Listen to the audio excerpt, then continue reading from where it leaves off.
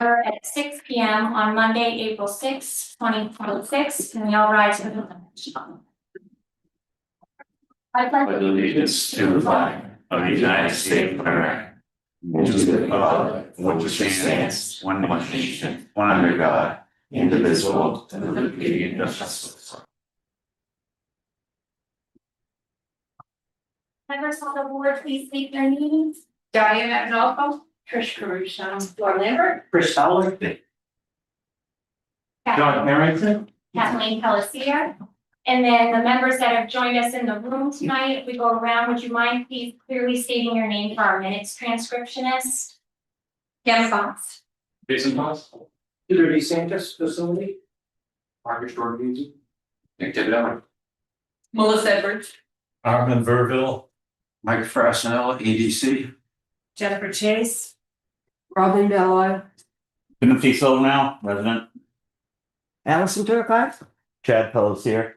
John Shea, Pembroke PD. Beth Tower, Police Chief Council, Eric Tam, Fire Chief. Lauren Shaw, Deputy Fire Chief. John Sutterly, Captain Fire. Okay. And the next thing on our agenda, we'll move on to citizens' comments. In the past, we've been doing this a little bit differently, and in a couple minutes, I'll get to a little rundown of the changes that I made to the meeting agenda. But one of them is the citizens' comments. They are intended to be a statement if you want to alert us to something that's going on that you would like to bring to our attention, if you have a suggestion, if you want to say that you're in favor of something we've done, or would like us to look into something. That's what this section of the meeting is intended for. It's not intended to be a back and forth. And in no way do I want to censor any member of the public from speaking, but when we're planning our meetings ahead of time, if you come to citizens' comments and we're not prepared to engage, you come with a topic or to ask us to do something and we don't have the information required, we can end up spending a lot of time to get no results. So if you want to have a back and forth discussion and you want us to make a specific motion or take some specific action, the best thing to do is to ask to be placed on the agenda. Then we can make sure you are given the time that you deserve to discuss the issue with us, and we are prepared to make a decision or take an action if that's what is warranted. So I'll open it up for public comments. I will ask if anybody wants to speak, to please step up, state your name, and please keep it to 3 minutes. Any public comments? Mike, we have a spot for you as EDC. Nothing to do with EDC. I would like to compliment you on using AI to write this agenda until it gives 20 items, put them in an hour or less. It looks like to me. Yes.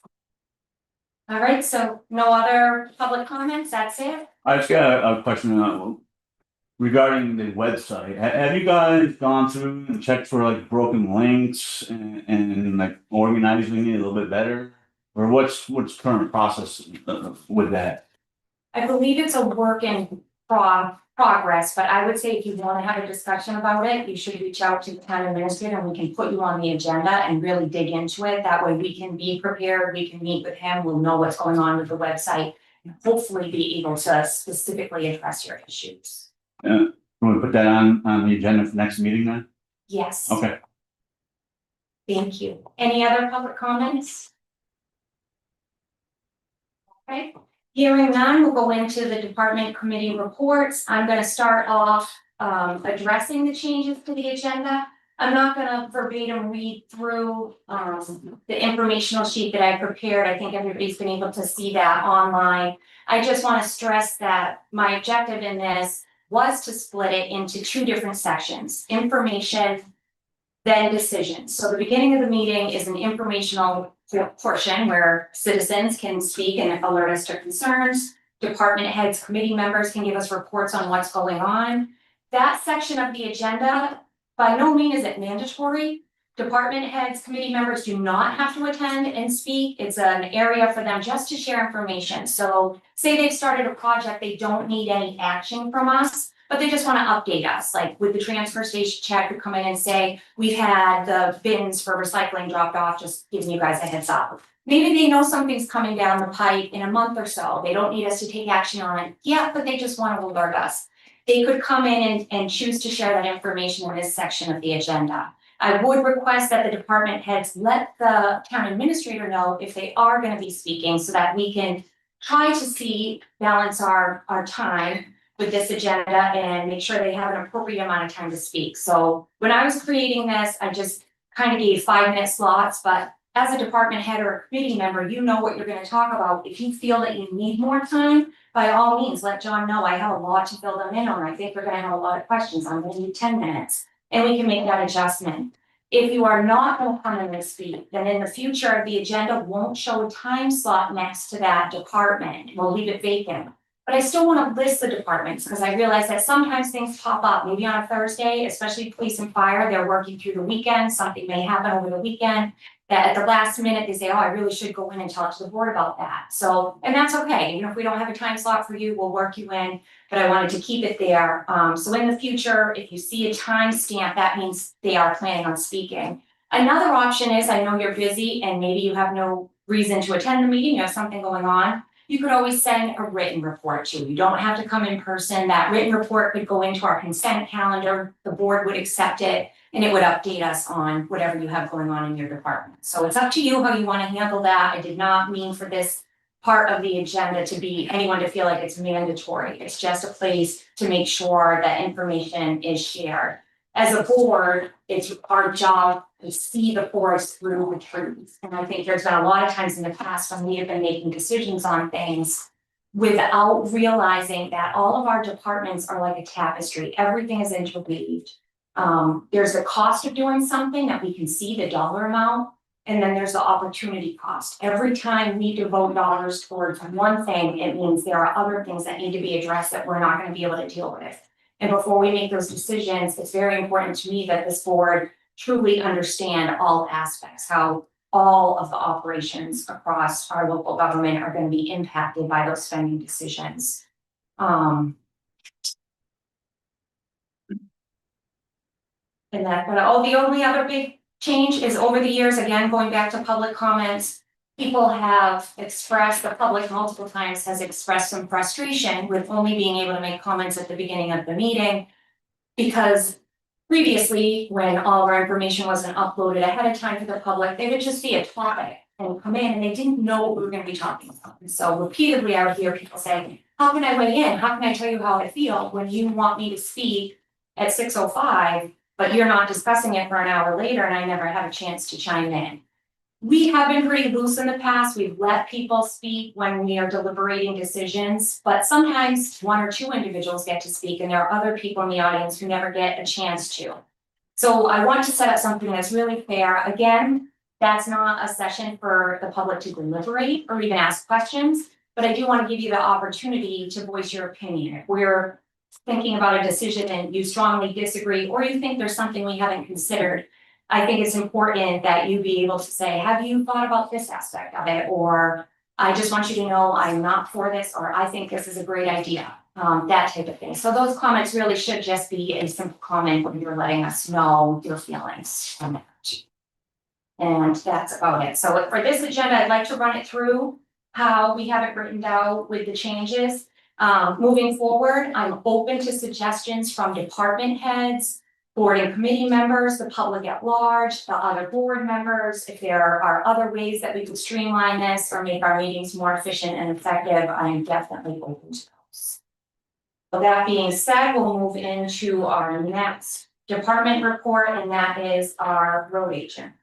I'm all set. Everything I have is on the agenda.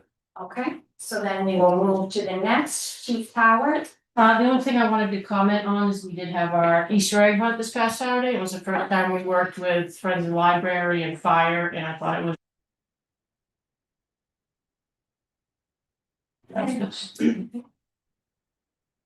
And next is Chief Lambert. Everything's on the agenda. Okay. And then Peter DeSantis for facilities. Yeah, I really don't have anything more to add than I did last week. We're still progressing on everything. There's really nothing new that I need to speak about. I can jump and bring up a couple things from the committee, but other than that, unless you have any questions. Sounds good. And then our EDC chairman, Mike Braxanella.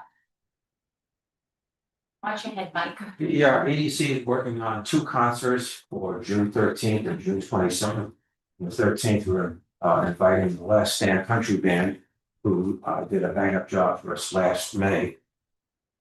They did us a favor, they dropped their price $100, so that's helpful. The other one is we're gonna be having Olivia Conway, who's a teenage country musician, She's on my route, by the way. rising star in the Yeah, youth she's, country music circuit locally. And April 27th. Yeah, I'm also taking a lot of old yard signs and repurposing them with some duct tape and some little blocking markers. So all it's gonna, the signs are only gonna say is free concert this Saturday. And we're gonna put them up a week before. And advertising on before then, but this is a way of putting out yard signs without having to worry about changing the dates every time for the event. We're trying to have plan for another series of farmers market craft fairs in July, August, September, and maybe a craft fair in November. But we're currently looking for a large venue. Overshot having moved into the Rite Aid building, kind of cramping space and mark the Family Dollar even still limiting us to 24 vendors. These are people using 10x10 pop-up tents.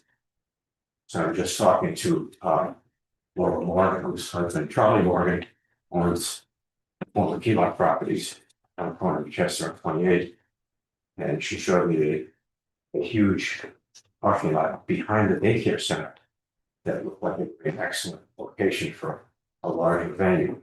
And the other thing is, you haven't seen the mail, Shannon Kruger mentioned that on the 13th, they're having a dedication for a new baseball fields. I asked her if they're going to be serving peanuts, popcorn, and cracker jacks. That's it for me. Thank you, Mike. And next is our town administrators report. Few things, one item on the 323 minutes, there needs to be a change in the actual amount for key electrical, should be $1,618.64. I don't know how you want to handle that, since it's in the consent. I thought the minutes were delayed, that you were having that amendment done, and that's why they were delayed. That's all right, so we could write it in and approve it with the amendment, yeah. And so that was our public meeting minutes, number one. Let's find that amount. The electric here, Should be $1,064. worth about 10 cents. One final signature date.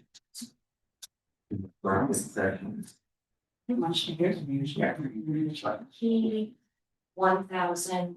618,164.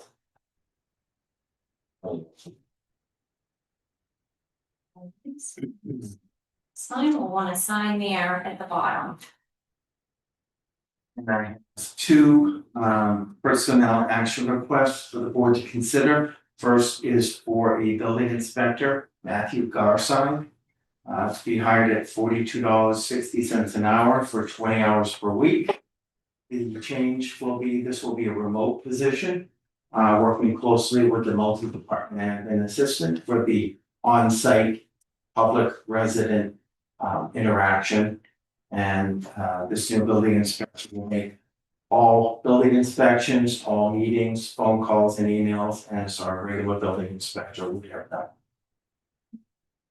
John, I do have a question on that. Sure. How does that affect the workload for Alana, right? That's Alana's position. She's perfectly able to handle it. She has been during this hiatus between the building. The second recommendation for a personnel action request is the building custodian, Stephanie Collier, at $19.33 an hour for 27 hours per week, split between the PD town hall and new town hall. She currently works at ACS as a para and would work after those hours. Any questions? And I have two requests, actually three requests from the ACS Transition Committee. One is for an invoice, Red Fox Architect, for bathroom design in the amount of $2,802.20. Key Electric for lighting, more lighting installation and wiring, $5,665.76. And Granite State Glass for hallway fire doors at $79,230. All coming out of the new town building capital reserve fund. The current balance as of the end of March was $351,762. And one final report. The town clerk will be closing at noon again on April 16th, Thursday. That's the final of the 3-day training. And that'll be posted online and signed on the door. Any other questions from board members? Okay, then I'll move into the consent calendar. You're done, John? Thank you. Okay, so the following 17 items are considered routine and will be approved in one motion. Items have been sent to the board members to review prior to this meeting, and copies were posted with the meeting agenda for public review. Does any member of the board wish to remove an item for separate consideration? Seeing none, I'm going to read off the consent calendar items and entertain a motion to approve the consent calendar dated April 6, 2026 as presented with an amendment to the public meeting minutes dated 3/23/26 as discussed. Item 1 is the approval of those public meeting minutes dated 3/23/26. Item 2 is the select board non-public meeting minutes dated 3/9/26. Item 3 is the select board non-public meeting minutes dated 3/23/26. Accounts payable check manifest batch number 215 dated April 2nd, 2026 in the amount of $68,393.03. Item 5, the payroll manifest dated April 2nd, 2026 in the amount of $92,267.48. Net, oh, that was the gross amount. The net amount is $87,444.66. Approval of the MS 232 report of appropriations actually voted for the period of January 1st, 2026 to December 31st, 2026. That was item 6. Item 7, approval of routine payment contribution to the capital area dispatch in the amount of $51,094 as made annually. Item 8, approval of hiring Matthew Garside for the position of building inspector code enforcement with the building department at a rate of $42 an hour, effective as of April 6, 2026. Item 9, approval of hiring Stephanie Collier for the position of town building custodian within the government building department at a rate of $19.33 an hour, effective as of April 6, 2026. Accept the resignation of Eric Lambert from the position of fire chief effective May 1st, 2026. Item 11, renewal of the pre-existing town forest fire warden, deputy wardens, and issuing agents contract agreement effective June 1st, 2026 through June 1st, 2027. Item 12, renewal of the pre-existing Aetna network contract agreement pertaining to the standard ground ambulance standards dated 2026. Item 13, sign the letter to the chair of New Hampshire Senate Energy and Natural Resources in support of SB 538. Item 14, approval of application of voluntary change of address for Brenda Converse, Tender Years Childcare from 3 Chester Turnpike to 5 Chester Turnpike. Item 15, approval of the Red Fox Architect invoice for bathroom design in the amount of $2,802.20 to come from the new municipal building capital reserve fund. Balance $351,762 as of March 23rd.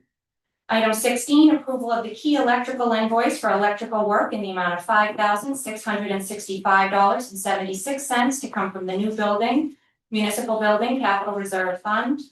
Balance of $351,762 as of March 23rd. Item 17, approval of granite state glass interior fire doors quote in the amount of $79,230 to come from the new municipal building capital reserve fund. Balances as of 3/23, $351,762. So I'm looking for a motion to approve. And a second? I'll second. Okay. All in favor? Diane, aye. Trish, aye. Or aye? Sign. Kathleen, aye. Okay. We will move on to our regular agenda items. Up first is the police department, Chief Howard of the Special Police Prosecutor position.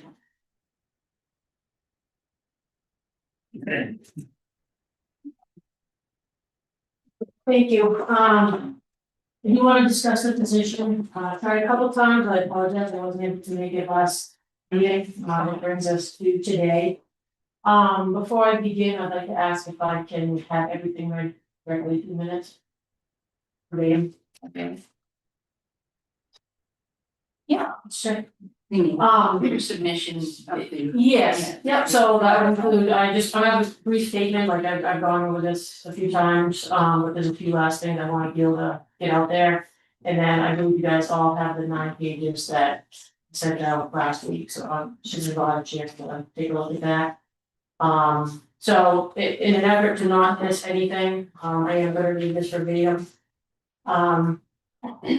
First, I just want to emphasize that I would not be spending this amount of time advocating for being this position if I believe it would be responsible to be a cut or reduce in some way. I firmly believe that reducing this position would be detrimental to the effectiveness of our department and ultimately to the safety and confidence of the Allenstown community in general. I try to be as transparent as possible, including sharing information that at first glance may not appear to support maintaining a full-time prosecutor within a default budget. I understand the appeal of alternatives such as the Merrimack County Attorney's Office and the Concord City Prosecutor's Office. And while they may seem cost effective, they're not practical for meeting the day-to-day demands and the level of responsiveness required to effectively manage our caseload here in Allenstown. Reducing the full-time prosecutor position may appear fiscally responsible on paper, but it ultimately wastes a significant investment already made in building cases to the point of accountability. Law enforcement work doesn't end at an arrest. Without effective prosecution, that prior effort, time, and taxpayer expense are undermined. With this in mind, it's also important to recognize that establishing probable cause to make an arrest is a much lower legal standard than securing conviction. That gap is where a trained, skilled prosecutor is essential. Without that expertise, cases are far more likely to fall apart, meaning the work of our officers and the expectations of the community are not being fulfilled. Probably most importantly, I want to take a moment to emphasize the needs of our victims in the community. Too often, they are left to face overwhelming and deeply personal circumstances without the voice or support needed to navigate what's been done to them. For many, this process is not just about justice, it's about being heard, protected, and supported at one of the most difficult times in their lives. It's our responsibility to stand in that gap, and the prosecutor plays a critical role in ensuring their voices are heard, their experiences are acknowledged, and their cases are pursued with undistracted care and determination. This level of care and determination is not possible when it is shared with the needs of other departments, utilizing the same prosecutor on a part-time basis. This full-time position is essential to providing victims with the advocate, support, and dignity they deserve, and to helping them feel to the greatest extent possible whole again. When it comes to the position of the prosecutor, the town has studied this issue more than once. From earlier evaluations between 2008 and 2010 to the more recent 2024 MRI compensation study, the consistent conclusion has been to support, not reduce this position. In fact, MRI, which the town paid significant funds to conduct a professional professional pay scale analysis, recommended maintaining and even increasing compensation for this role, to which our current prosecutor received a 74 cents per hour raise. At no point did they suggest reducing the hours of the prosecutor. These decisions should be guided by the expertise the town is already invested in and the informed recommendation of your department heads. Not by arbitrary reductions that may appear efficient on paper, but ultimately carry very real and significant operational consequences. To meet broader budget concerns, I've already made significant concessions within the PD. I'm willing to forego 2 officer positions that have proposed reducing several other budget lines that already have little to no wiggle room. With those adjustments, the police department is already facing considerable cuts, and if the prosecutor position is reduced, the PD is looking at cuts of up to $200,000. Eliminating or reducing this position goes beyond efficiency. It begins to compromise the core function of the police department. It should speak volumes that as your chief of police, I'm recommending reducing our patrol staff by 20% for the sake of keeping this vital position intact for as long as possible. And what I mean by vital position can be illustrated with a simple fire department analogy, hopefully. Consider a fire apparatus without water. You have the equipment, the personnel, the turnout gear, and a full department response. But without that final critical component, water, the system fails when it matters most, with potentially devastating consequences. The prosecutor is the police department's water. They are the final piece in our public safety system and should not be compromised. I'd like to invite Jennifer Chase to speak about all that her position entails, and after that, I'd like to invite Everett Police Chief Don Chase sitting behind me to discuss her department's decision to move away from the Merrimack County Attorney's Office and instead hire a full-time prosecutor. She has a unique perspective in that she has worked for EPD in the past for several years as our detective, and she has a strong understanding of our department's needs.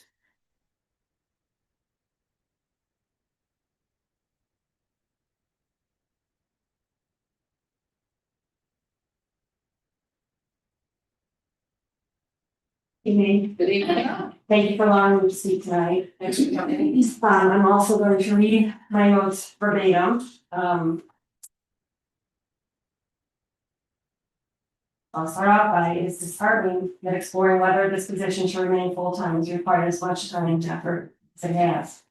I understand that when a position becomes vacant, it may prompt questions about whether it should be structured differently.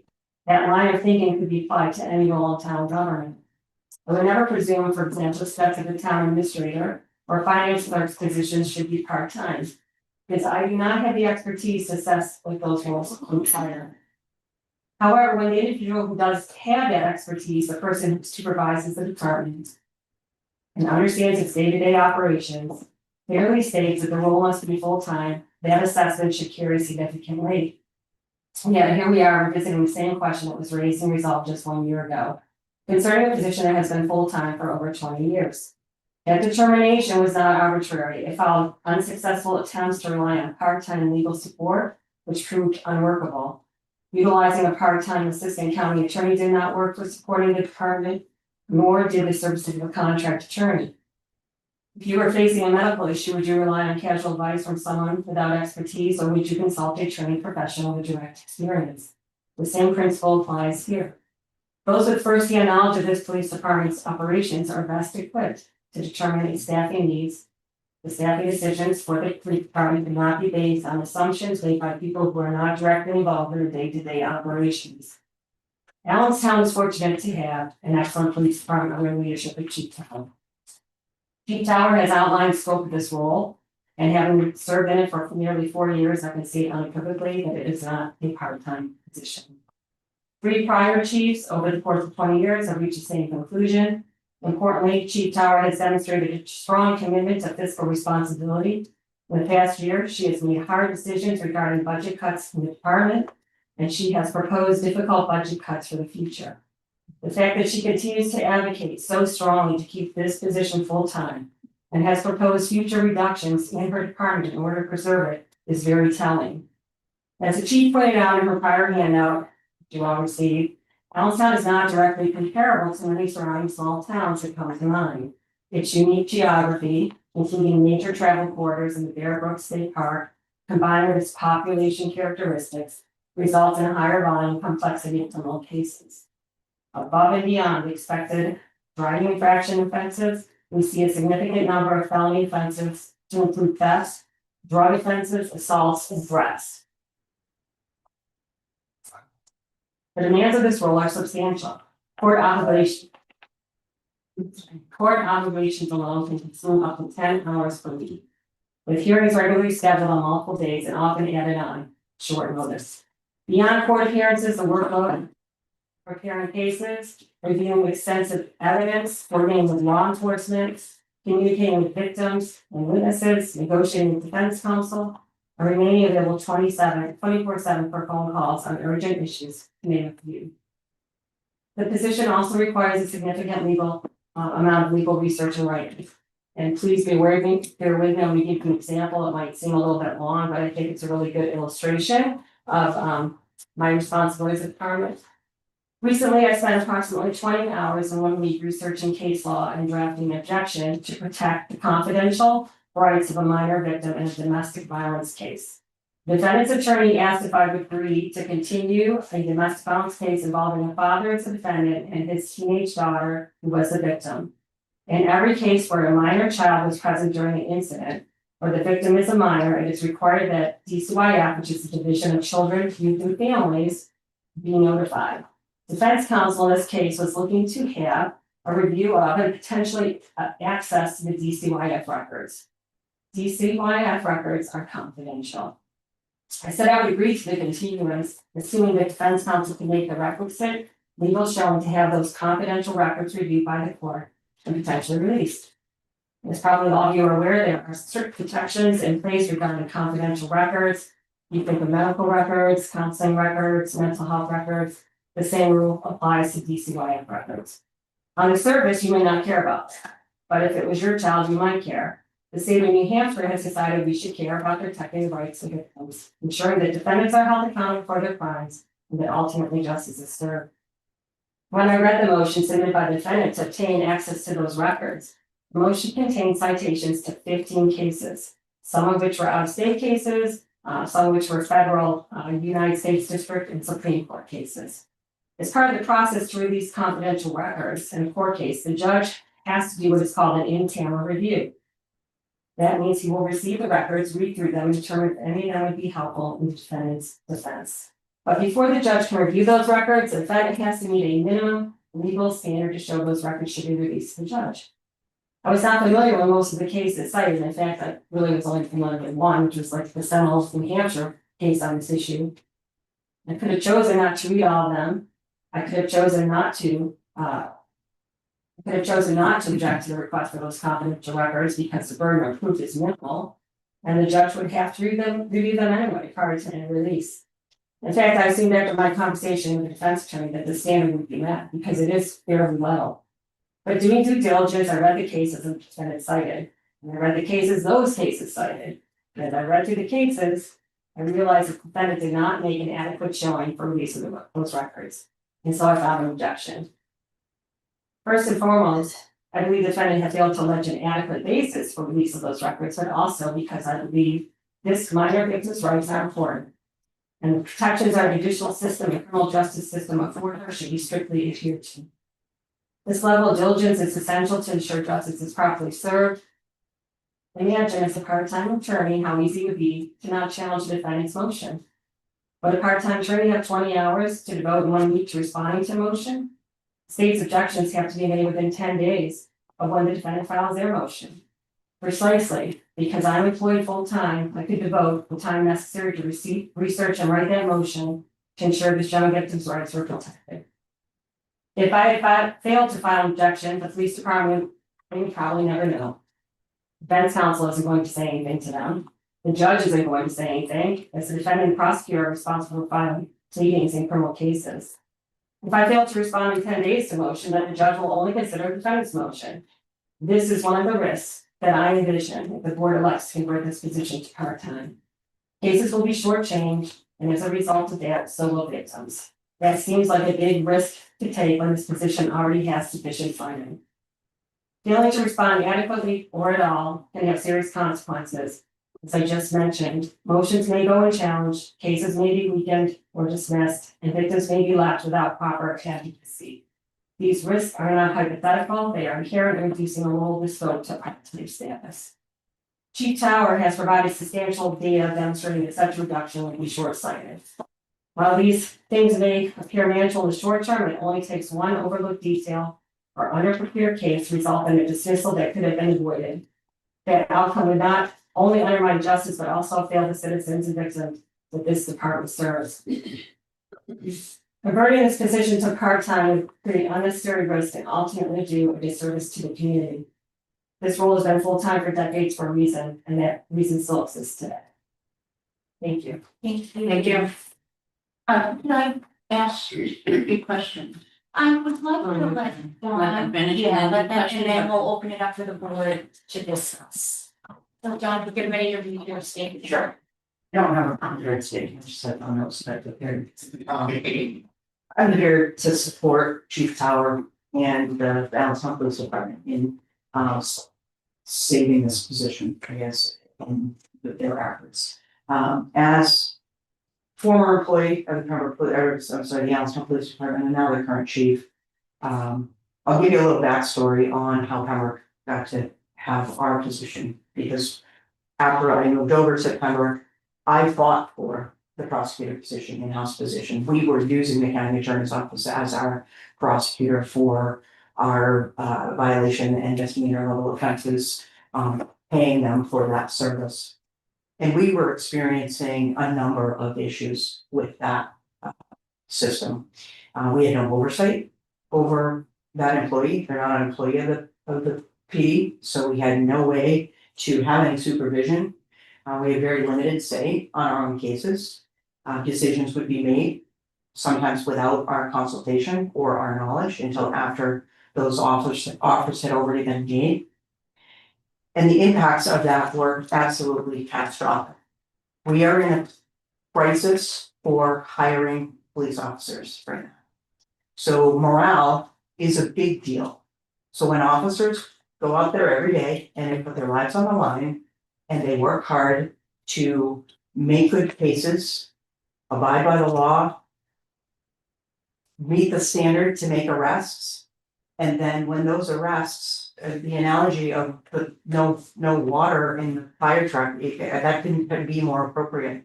Because we get to that point where we now have to turn our case over to a prosecutor, and the prosecutor, they don't care about our case, they're not vested, because they're not an Allenstown employee. They don't sometimes even prepare in advance. They're picking up a case file because it's a stack of 20, 30, 40, 50 case files on their desk. So they're picking it up the day before to flip through it. So any shortcomings in the case, they don't know that ahead of time. So they're not doing the kind of work that Attorney Chase just described to you. A police prosecutor can't do that kind of work on a 1 week or 2 week course is what they receive now to be a police prosecutor, which means a police officer handles those level cases. They're not gonna have that knowledge or insight to be able to do that kind of work. You're simply not gonna get the quality of services, whether you outsource to the county attorney's office, or you outsource to a private attorney that you're gonna pay for. I was just recently speaking to a police chief in another community who doesn't have the luxury of an in-house prosecutor. They hire contracts with an outside attorney that's not the county attorney's office, because in their county they don't offer that service. They never see the attorney ever. A clerk maybe comes in once a week or something, picks up their case files, and they never have any communication with their attorney. Their cases are not being resolved appropriately. So your officers who are doing all this work then find out after the fact that their cases have been dismissed, they've been resolved, they've been pled down to something that is ridiculous in the grand scheme of the crime that has been committed. County attorney's office, private attorneys, they don't have any vested interest in, they're not gonna have to answer to the citizens of your town, these guys do. These guys are gonna be the ones that are seeing these victims over and over and over again. They're the ones that are gonna have to answer to them the next time they see them and explain why their case wasn't resolved, or why that defendant pled out, or it's absolutely catastrophic for the morale of your officers. When you get to a point where you look at why do the work, right? I guess that comes down to questions. Why are you putting yourself out there? Why are you working so hard? It takes hours sometimes to write police reports, a DWI report, for example, hours to complete that kind of case. So they're putting all this time and effort into that case to have it go nowhere. Eventually, your officers are gonna say, I'd rather not. I'll just go out and stop cars and for speeding, and I'll write warnings, and I don't wanna do it. That's not what you want here in Allenstown. You want your public servants, your police officers to wanna go out there every day and pound the pavement and turn the rocks over and do the best job they possibly can, because they know they can trust they're gonna hand that case over to somebody who cares about it. And somebody who's gonna care about their victims, and somebody who's gonna take care of the officers. The other benefit is you have a very young police right here. You have a large number of your officers that you're hiring have limited experience. They need training, they need tutelage, and you have a trained prosecutor who can do that for them. They're involved in a case right out of the gate. We have a prosecutor in-house that counsels with our officers, right, that maybe even roadside. She's a salaried employee, she has a permit issued cell phone, and she's expected to answer it at all hours. So our officers can call her at any time of the day or night and say, this is what I have, what do I do? Beyond their police supervisor. So that prosecutor right out of the gate can give them guidance roadside of, we need to seize the car, we need to do a search warrant, we need to not make missteps. You can't fix those missteps the next day.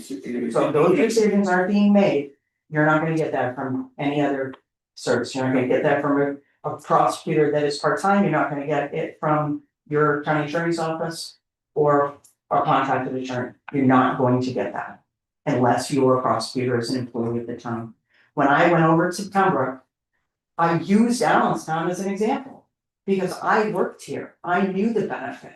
I had the benefit of Attorney O'Rourke, who's now working for Pembroke, was the first time I had experience in in-house police prosecutor. It was glorious. I was the detective at the time. I was working felony level police. I was able to go in her office maybe once a week, maybe more frequently, to sit down and say, these are the cases I have, let's go through them. And I would leave her office with a checklist of my marching orders. I need this, I need this, I need this, I need this, so that we can make the best cases possible. You're not going to have that if you outsource this position. I think it would be a catastrophic decision if you made any other decision than to fund this position as a full-time position for this agency. John Mulholland, Chief Mulholland worked for this position many years ago. And as the chief outlined, it has been reviewed multiple times. And it absolutely would be doing a disservice to your department and to your town and to your citizens if you made any other decision but to keep this. Excuse me. So at this point, I will open it up for public comment. Again, this is intended to be just a comment, not a question. If you want to weigh in and you'd like to state an opinion on this, now is your chance to do so. All right, seeing none, I'm gonna open it up for board discussion. I do have some questions. So just for some clarification, there was a comparison to other agencies chart here. Yes. So the court visits, for Allenstown 2 to 4 weeks. 2 to 4 times per week. 2 to 4 times a week. Per week. Yep. So, and then Bo is 1 to 2 times a week. Yep. Is that how many times Jennifer's attorney Chase is going, or is that how many times we're needed to be there? So I as compared think to it what- probably varies. I know, kind of Bowen spoke to several of these people that probably happened between the two of us.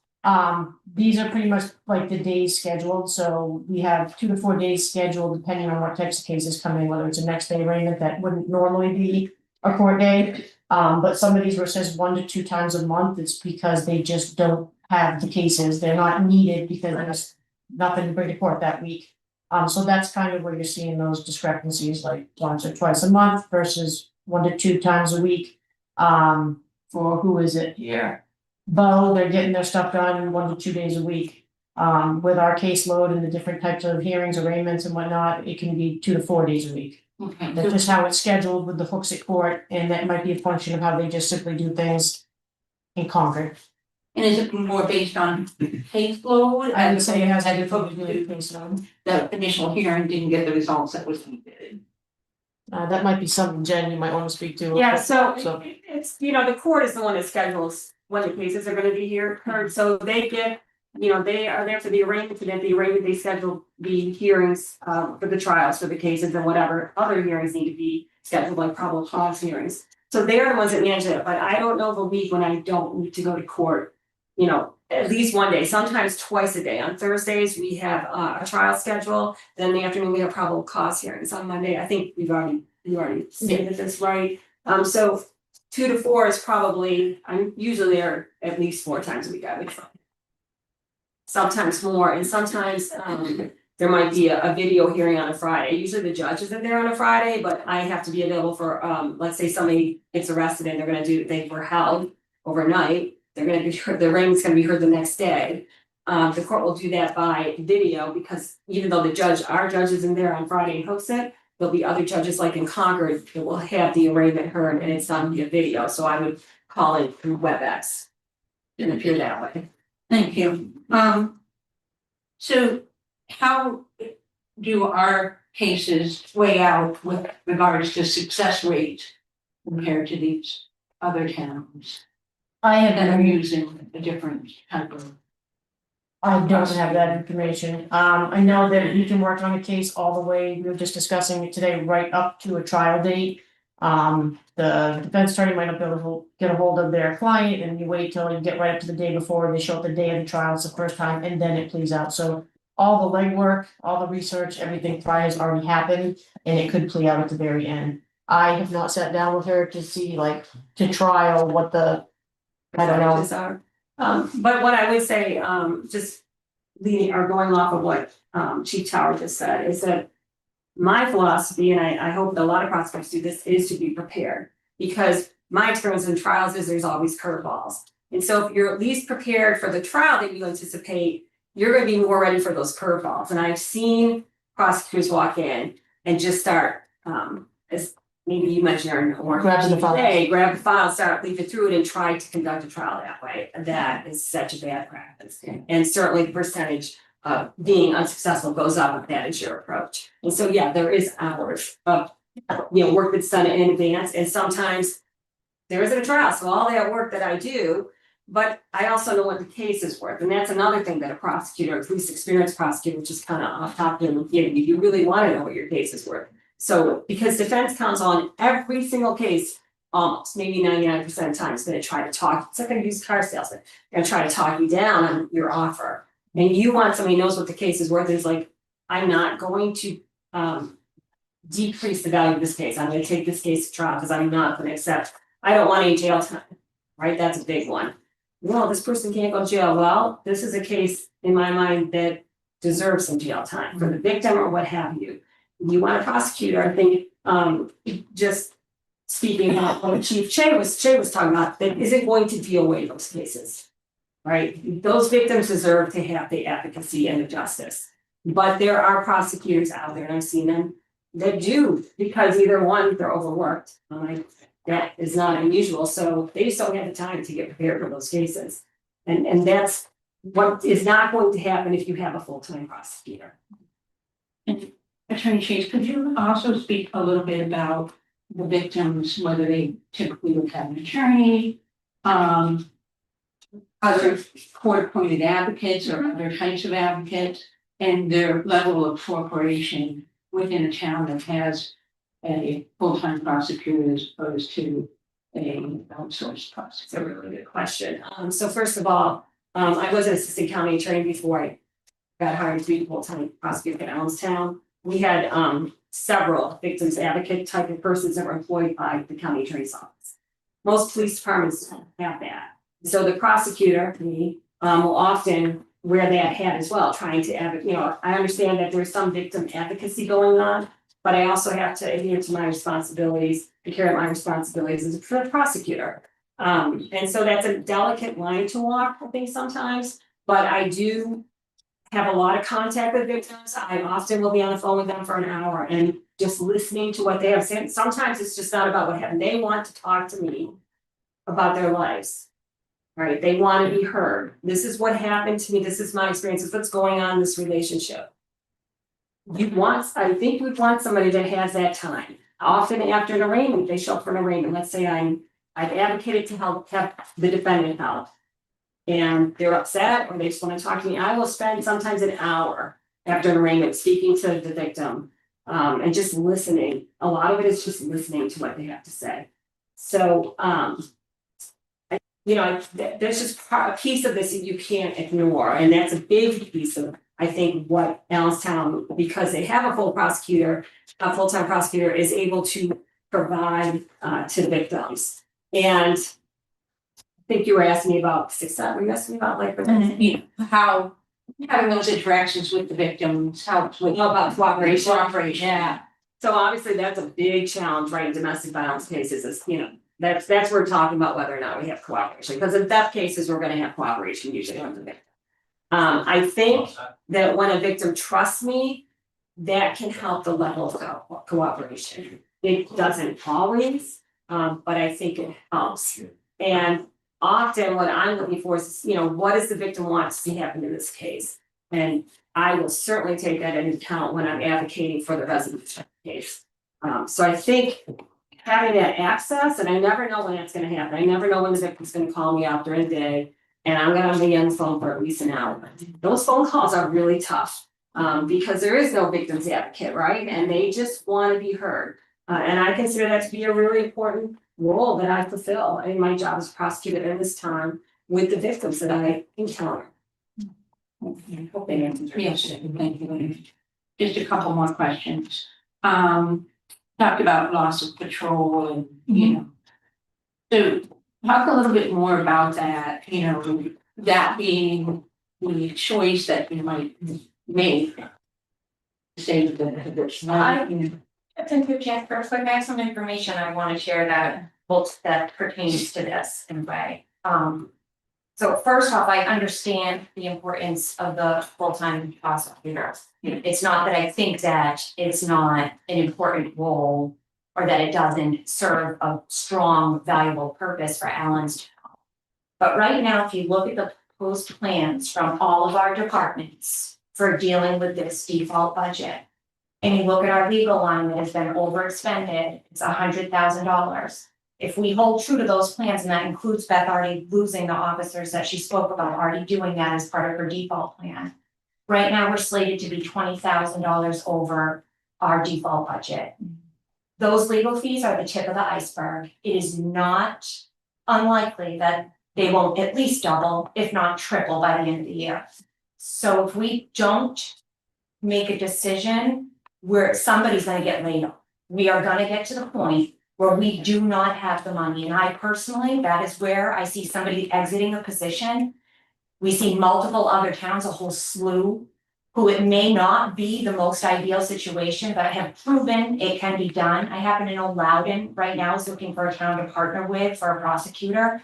To me, I understand how important this is and how valuable it is to you. But once we get those legal fees in, we're gonna be laying somebody off. We're maybe a couple people off if this thing spirals. So right now we have a chance to take a meaningful action that I understand is not ideal, but I feel it is strongly necessitated. I personally do really want a full-time finance director, but after reviewing all of their proposals and the situation that we're in right now already being, if their projections hold true and they stick to those plans that they proposed, we're already gonna be 20,000 over expended. I don't know that we could even do a finance director. But if we fill this position, we certainly can't. There's potential maybe down the road, we could do a part-time finance director and combine that with either a contracted or if we joined with Loudon.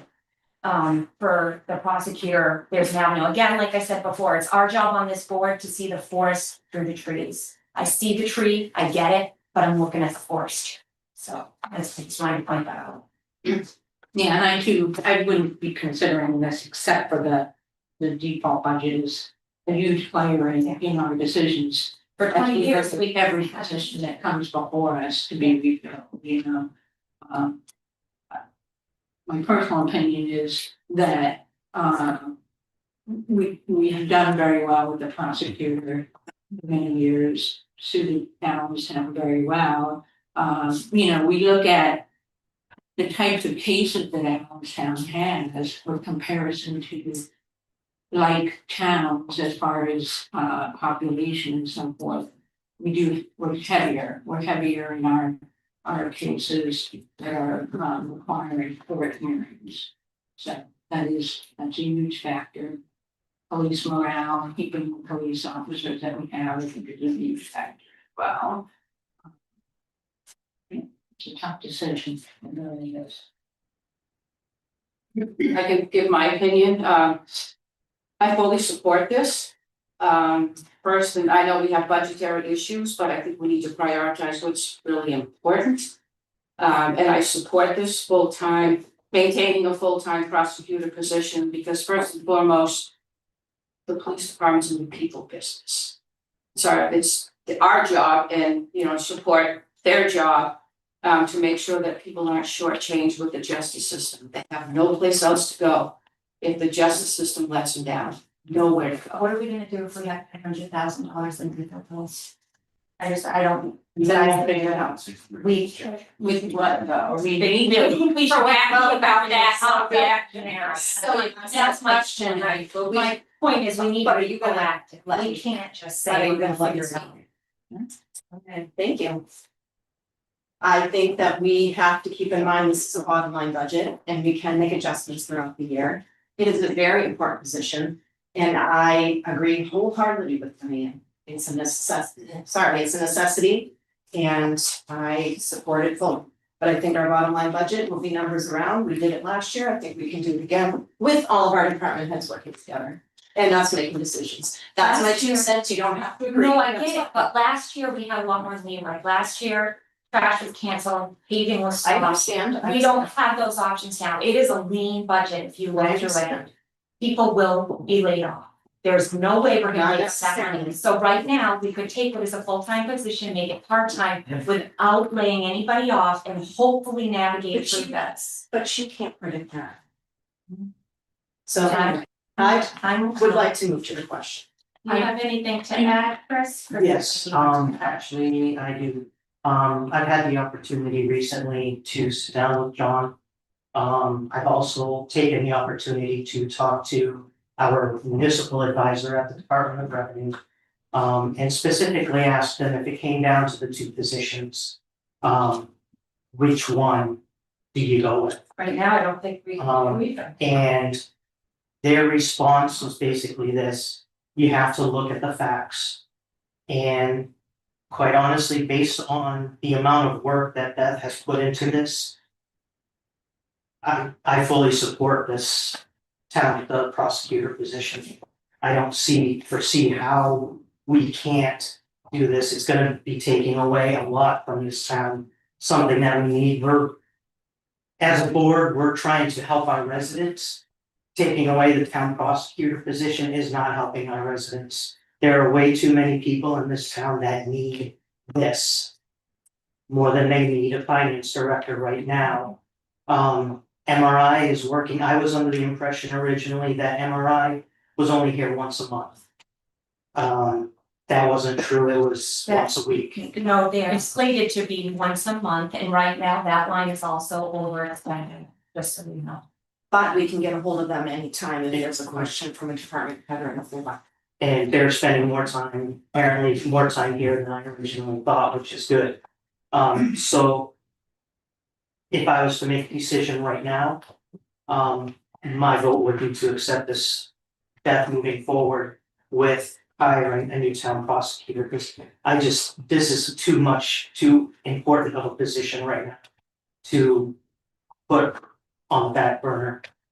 That's my personal opinion, but only one person in it, or I'm looking at each position on their own merits. I'm not weighing your prosecutor position against the finance director. I don't think that's an appropriate approach. I would like to hear a little bit more about the idea of this position being part-time, and what that could look like and impacts your department. I think 3 members of the board have said they're gonna make it full, Yeah. and so in the essence of keeping on time, Sure. I think I've made my case, I've said this many times in the past when I've tried to warn people, I think.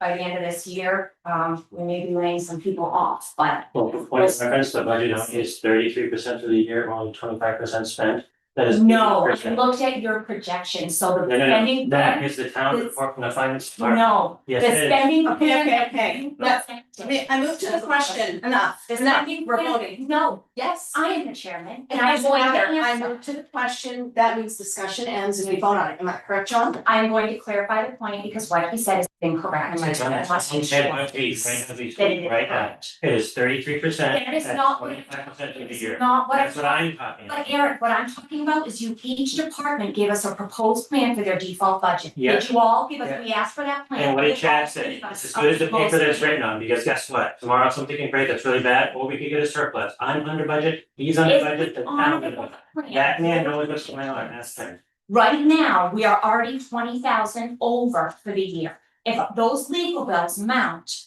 we will be hundreds of thousands But of we're under dollars. places, right? We're under. No. Okay, I look. I'm gonna stop. Chairman, I move the question, I'm going to make a motion. Okay. I make a motion, sorry, my glasses. I make a motion to post a full-time prosecutor attorney for the Youngstown Fire Department. Police need a second. Police, sorry. Police Department prosecutor, to post that for full-time. That's what salary. It could be, it I would be don't- the same as the memo that, I don't think we need to We're not- decide the salary. I think that can be decided when we're hiring. She's gonna just post the position, right? I Well, know the ad does have a range. It has this very first step up to step 11. I think the scale goes up to 15, so it's posted in that range depending on experience. Okay. I need a second. Diane seconded. All in favor? Diane, I, Trish, I. Laura, I. Preside. Kathleen, no. And then we will move on to the next thing on our agenda, which is the highway department, new highway building foundations. Okay. Thanks for coming in, guys. Yeah, thank you so much. Thank you. Thank you for all your information. Ready. So we sent you, or I sent you out, everybody got a spreadsheet with the three, we pulled 3 out of all of the best 3 bids out of all the ones we need 5 or better. And we are looking to approve Norm Better foundations. To take care of the footing, the walls and the floor of the building. Questions about it? Did you see any deficiencies in what they were offering? They're all, I mean, they're all written the same, they all seem to be the same, we've looked at some of the work that Norm did, Brian went through each of the top 3 and looked at it, they all seem more than qualified. They all do this type of work, that size work, so I don't see any issue with them. Questions? No? Good with that? All right, Yeah. so we just need a motion for that one. So what's the motion you're looking for? So I'm looking for a motion to approve, bid from Norm Better Foundations for the highway department, footing, walls and floor, the new garage, the cost of $60,900 for the footings and the walls and $63,000 for the floor, plus incidentals that were remaining in the contract. Pump trucks and things like that.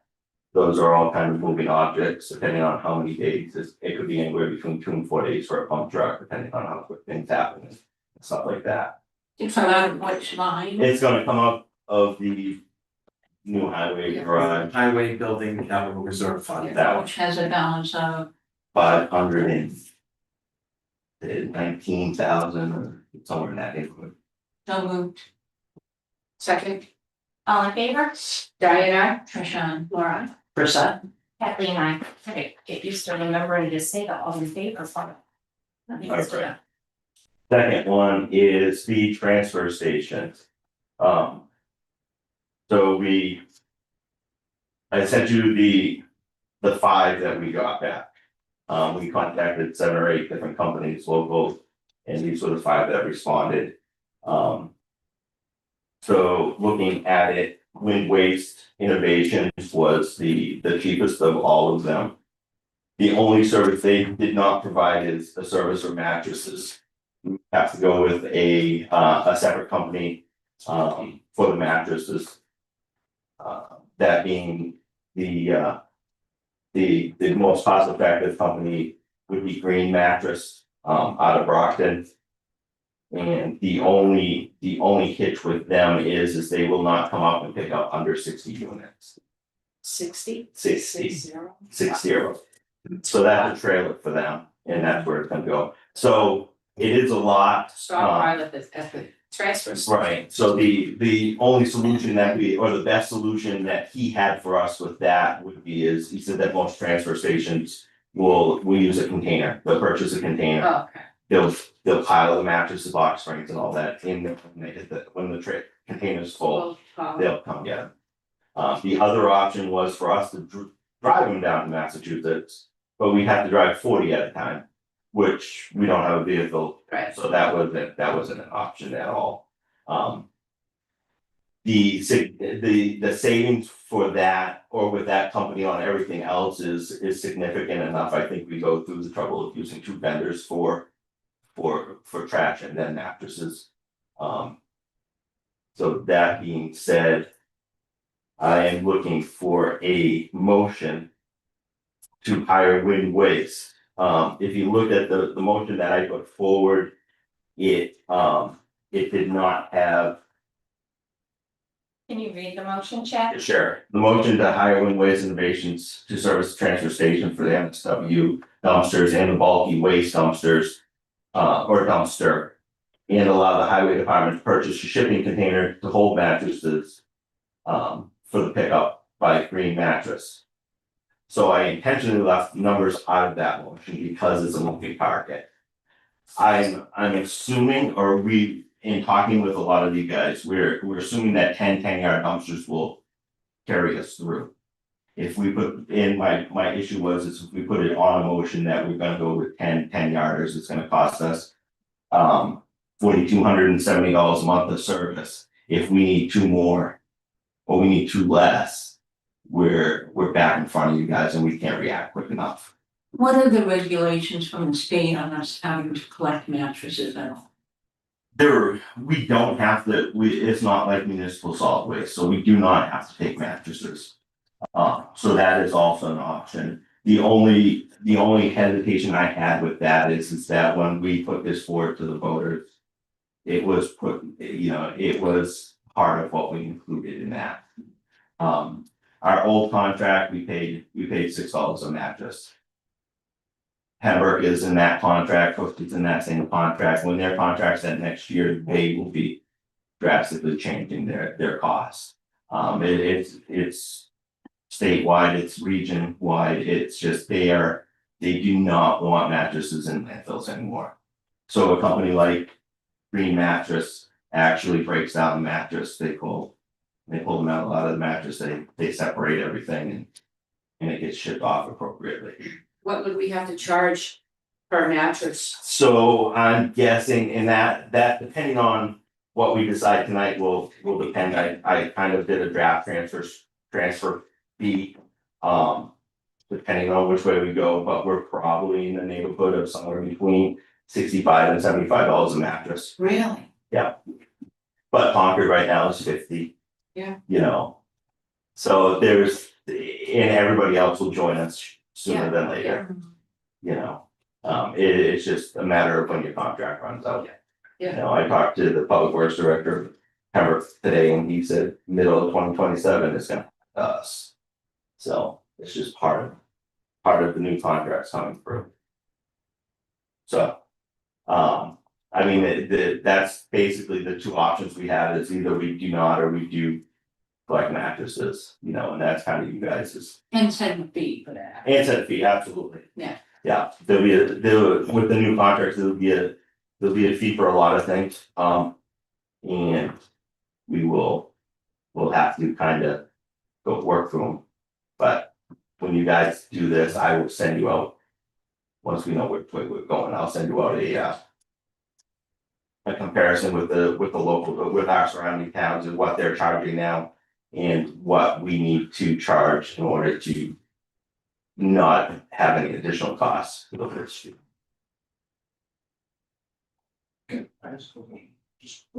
Chad, is there a like, and this might not be part of that, but like any plans about as we stay for the town, because with us on the houses, we see stuff that people are stacking.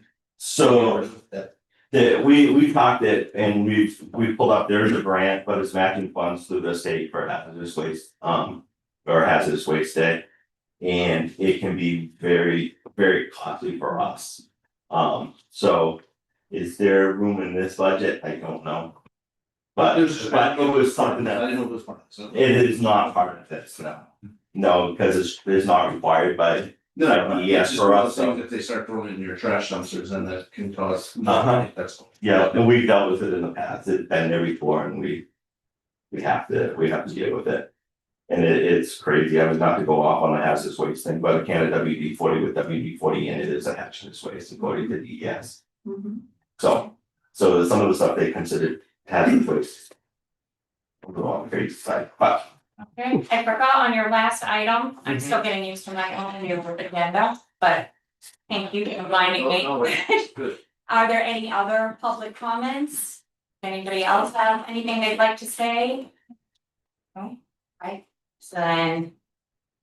I don't know if the board's ready to make a motion, if you want Chad to read that motion again, so you can just so move it, or. Yeah, okay. please. So a motion to hire Wind Waste Innovations to service the transfer station for MSW. The MSW dumpsters and the bulky waste dumpster, and allow the highway department to purchase a shipping container to hold the mattresses and use Green Mattress to pick them up. So. I'll second. All in favor? Diane, I. Laura? Percent. Kathleen, I. Yeah. One more, and then I'll get out of here. Making things quick. So, well, there's only quick, but. So I sent you out, everybody kind of got the pool Ave. Paperwork, so for those that don't know. In the early 80s, I believe, the project was finished. It went to the town to vote to accept that road. The town voted to accept the road, the rest of the road. With the developer having to go back to the planning board, have it approved by the planning board, and then go to the select board and they sign off on it. He did not do the last two steps. So the town was never taken by the town. Or the road was never taken by the town as a road. That being said, the town will not take a road that's not up to town standards. In 1984, the road was up to town standards. Today it is not. It hasn't been. I mean, we haven't done anything to that road in years. So that the pool ad is on our paving list to do this year as a town. And what I would like to do is propose to the residents that live on Pool Ave at the end. To hopefully tie our work into their work that needs to be done. Get it all done. So that they can, so that that road would be up to town standards. And could be turned over to the town if they choose to at that point, which I would yes, they probably want it because it would, it would just make sense. So working through the numbers, the numbers that we get for paving is, are usually very, very much better than the numbers that somebody would get privately. So it would be done just like everything else in a two-year phase. We would do the drainage in the base coat this year. And then the following year, we would do the wearing course. The drainage will be done, it's not, there's no cost as far as the drainage goes to the residents. I didn't think that was fair because I'm doing the drainage one way or the other. Just because we need it to protect our portion of the road. And that's why our portion is getting beat up as well, is just because the drainage hasn't been taken care of for so many years. Your crew would do that? Yes, we would do all that in-house. So it wouldn't, it's not a huge expense for us to do. Where, I mean, if you were to have it done, it would, again, would be a costly endeavor. So, Jack, what is the statute of limitation on the vote that was taken and when they have to go? so that I don't know, and I don't even know that it's required. That the vote was made? Yeah, because back then we were under the old town meeting portion. We took Chestnut a bunch of years ago. I don't remember there ever being a vote. Could be wrong. I would like to ascertain of that. Sure. We've had too many other issues Sure, with this, sure. not following state statute. Yeah, no, we could make sure, and this is. I mean, the residents are here from this road, don't have any idea, they haven't seen this. It is this is more informational for everybody. I wanna make sure you guys are on board with helping, trying to get their situation taken care of. And I think it benefits everybody involved. So that being said, the first year's paving, including the reclaim, the cutting of all the keyways in the finder course would be approximately $7,782. For the current town portion or the So whole? that's just the private portion of the road, just the private portion. Okay, so the private portion, it's 110 feet long with the end of it being a cul-de-sac that's 60 foot long by 36 foot deep. So we're estimating 51 ton of binder. Plus 420 square yards of reclaim. And 1,100 feet of key cuts. Makes up that $7,782. Divided by the 4 homes that are on that portion of the road. And you're looking at $1,945 a home. What would their cost be? That would be That's their their cost. Yeah. And do we know that they're interested in doing this? Have they said, well? They're that here. they- So, okay. and then the second year would be a whole lot cheaper. It's just an inch and a half wearing course. And the second year is where the key cuts come in. So the second year would be total all in would be about $4,100. That's based on this year's prices. So it could move a little bit, meaning about $1,023 per home. So. Are you looking for us to take action on this item? No, so I'm hoping that we can start a discussion with the residents, give them the opportunity. I wanna make sure you guys are okay with us actually helping them. No. Chairperson, do we have to ask the public that are here what they have? Inputs there, some of the residents are here. Yeah, but I just wanna clarify, so in the future, that would be something you would put in your report, so this part of the meet, just so. So No, I the know. only reason why we put it in this portion of the report is because it was gonna be interactive and long. Yeah. That's why we stuck it as this portion. Probably thrown off by my 5 minutes, Yeah. segments, they don't have to be 5, so you could have said, I'm gonna need 15 to talk about that, but the point is to have that stuff out in front before we're making decisions, like anything informative in that department report. This part of the meeting should be motions and us taking. I would give up this town administrator, he did the. Sorry, John. Process, I understand, I'm not trying to blame anybody, I'm just saying, So to move forward, So in This would fairness be- to it being a new process, Yes. we do have some of them in here. Yes, so I absolutely will open it up for public. Question, I didn't hear anything mentioned about a road. What will be happening with that road? We're not talking about any of those roads. Yeah. This is only Pool Ave. This is only, and it's only the private portion of Pool Ave. Now, I guess the only question I have, since there's only 3 out of the 4 units in the room right now. How is the money gonna be paid? Do we just cut a check, or it can be worked into the taxes, or I don't know, I think we have to research that, we don't know yet. okay.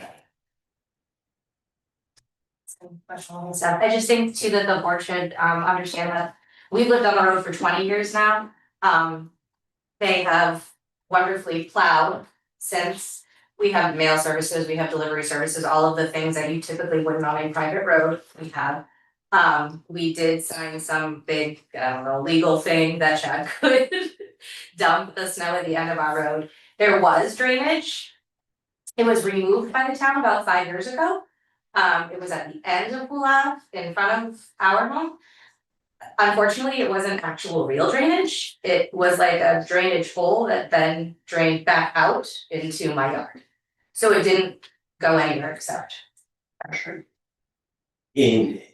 I don't know why, that was before me, or in between my 2 cents here, so that was part of Mr. Mulholland's. No, it was longer than 5 years ago. Yeah, it was, The removal of it. yeah. Yeah, but I think even though it was useless, taking it out, I think caused some of the bigger issues down in the cul-de-sac. Yeah. We're seeing now. Yeah, because I mean, it did remove the water and it did dump it in her yard. And really But big grass it's- over there. So moving forward, it sounds like the plan is you will research how they could pay, how that would be billed. And then at some point, you'll be coming before the board to ask our permission to sanction this. Yeah, so Correct.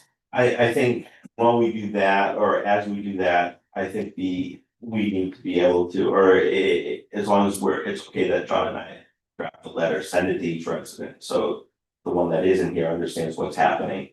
And they can all make a decision in it. I don't know, I mean, going forward, it'll be. It'll be, So I you guess their do, you decision. do want us to make a motion Sounds like So- it would be a Yeah. motion, Yeah. right? To allow you to discuss to send letters? yeah, and to research the state statute. Yeah, so sure, I just have questions. I'm supporting to do this, you know, for those people. Would this fall under the same type of arrangement we had when you fixed a bunch of culverts up on Bear Brook Road? so, And, because you did that, right? And then Right. the homeowners paid the town, mhm, and there are probably still some that owe the town. So I would like to go forward with this, but make sure that the fees that the homeowners are gonna pay are paid Right. before we do the work, because that is just, it's not fair to somebody who paid and somebody who didn't, absolutely, and it. like we have now, right? And we can't we shouldn't be putting town money into. I mean, private. Yeah, So I'll second, you did make a motion, Mindy. No, I asked a Okay, question. anyone made a motion? Chad, what's the motion you're looking for? so I'm just looking for a motion to allow. The town administrator to send a letter, outlining what the town is proposing. And hopefully get some responses and see which way we go with it. So moved, but adding the statute research piece. Yeah, Can't handle Looking that. for a second? Yeah. Second, All in favor? Diana, Tricia, Laura, Priscilla. Okay. And you'll keep us abreast, oh, Kathleen, I. Yeah. And you'll keep us abreast of that. yes. okay, thank you. All right, our next item on the agenda is the fire department notification, Thank you. fire posting and gas meter purchase. Actually, one addition. Will that letter include how it is also make payments? Yeah, yes, we'll do that as well. That's what I'm saying, it's hard for people to make. It's on my list. Yes. Yeah, so we'll figure out how we can do it Okay. and how it's appropriate. Eric Lane, Fire Chief, so a few things on the agenda tonight, one of the first things I need to talk about is just an FYI, is, we had our living student resign, recently. One of our living students, so we'll be leaving that position open until such time over the fall, we actually. There is plan to stay at one of the students, so.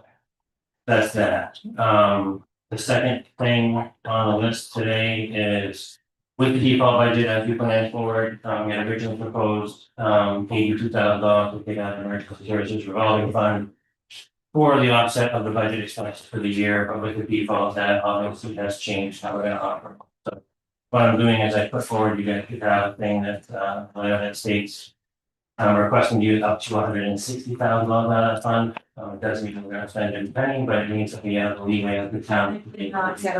A letter asking for 160,000? Yes, it is. I did not receive that. I saw it was a request for that, but not detail as to why it's being increased, so. It's being increased with the default budget. So basically, in my default proposal that I sent to you in the spreadsheet, it basically said because we want to default, these are the numbers we need to spend. It had said 132,000. No, I didn't. It's 141. I have it right here. It says this is what you presented as your default budget. Is that transfer of 135? No, then you have the ambulance of 72 for Either way, either way. of 230. Yes, but either way, if you look at the total expenses for our budget, I'm telling you that I'm telling you that I need You know, we're just asking. $159,000 to be able to get the budget year. So that's what I'm asking for, is $160,000 to be utilized from the emergency services revolving fund to get us to the budget year. That's the motion that I'm looking for. I have some questions. How much was deposited into the emergency revolving fund in 2024 and 2025? So you should have those requests I gave them to you guys last year. No, I'm asking for 2025, so 24 is. That's what I sent. I sent it to Veronica. I sent it to the last couple board meetings we brought forward. Because last year we took in $301,000. 301 in 2025. Yes, and we spent 280. Do you remember? I have that in front of me, that's about 287,000, so the overall that we spent on the fund, I have to pull up the report, but I did give it to you guys, we've got that, I said that twice, I think I gave it to you. And then the 2024, do you remember what the? That was not, because we only took over the end of the year, I think it's about 500,000. So today in that fund is what I have, so sent over to you guys, remember last year, here's what we spent. For the year, I had sent it over saying that we were at a balance of about $403,000 at the end of the year based on the due from that went from expenditures that we spent last year in the revolving fund. So it's the same this year. This year, there's a projection with the SB 245 that comes through, which I will tell you is a extensive process of reporting. I just had to be a part to do so. That we could potentially take in more this year from the revolving fund. So the reason why that fund was established is to help offset the expenses and the CIP expenses to the ambulance service. So this year with the default, it was $159,000. The spreadsheet, if you take that spreadsheet, that says 131. But if you look at the proposal, the narrative that they sent, because if you wanted a spreadsheet, that said $159,000. So that. There were a couple other discrepancies too, in your projected or your requested budget for 2026, the one that was not passed by the voters.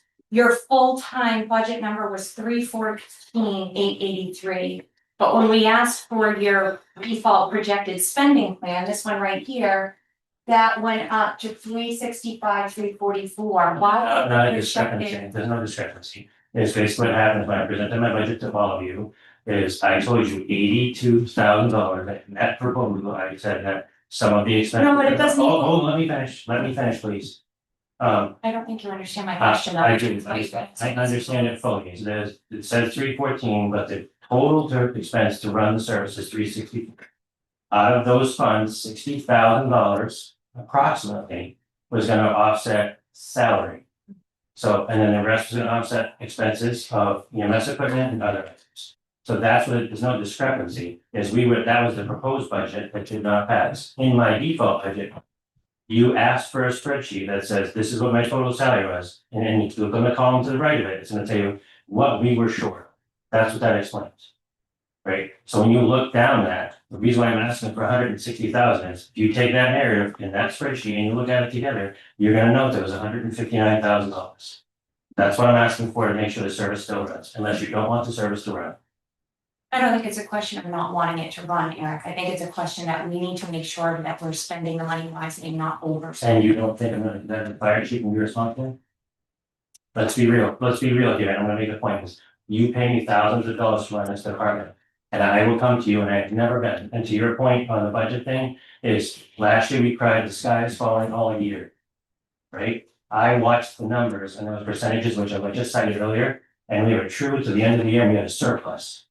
Right now, we are 33% through the year. I'm about 26% spent. So those are numbers that are real and those are factual. So I'm telling you, my proposal, it is over, that is the town budget, that is the overall town budget, I just read on the department page, on the town finance page right now, you can look it up right now.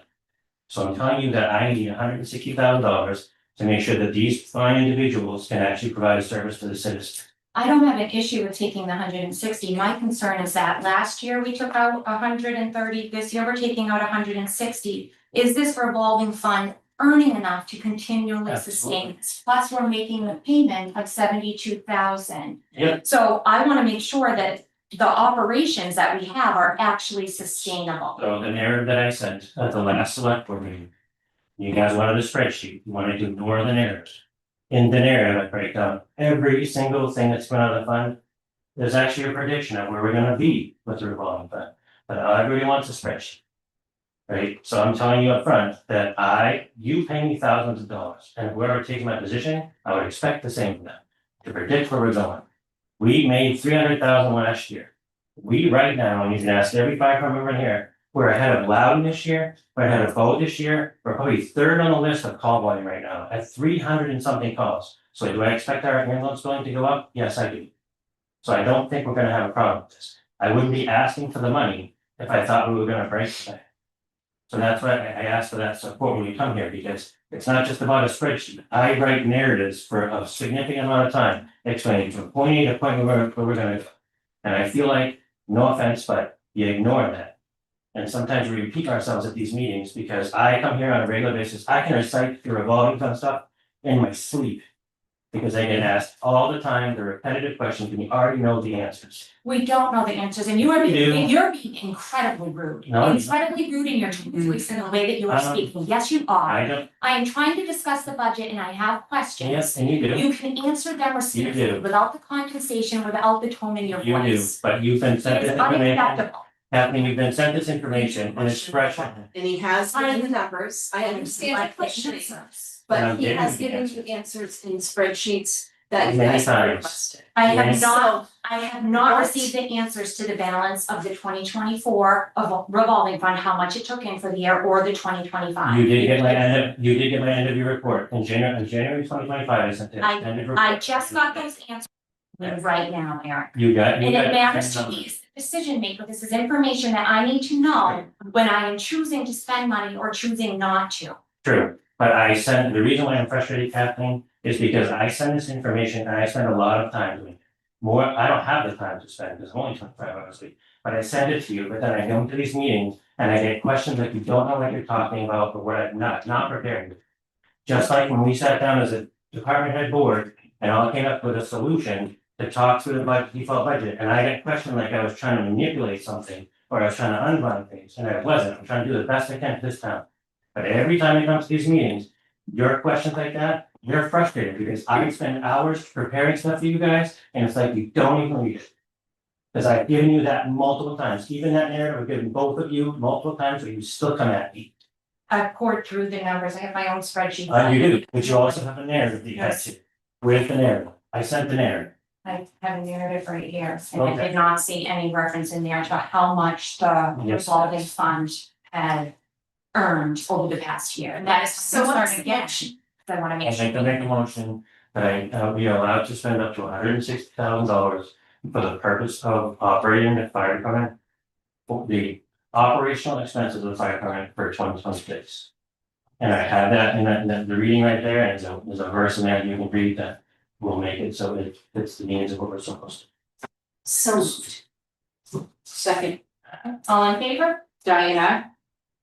Trisha, Laura. Chris, I. Kathleen, I. All right, the second thing on my agenda is, we have a 15-year-old, 10 to 15-year-old staff here.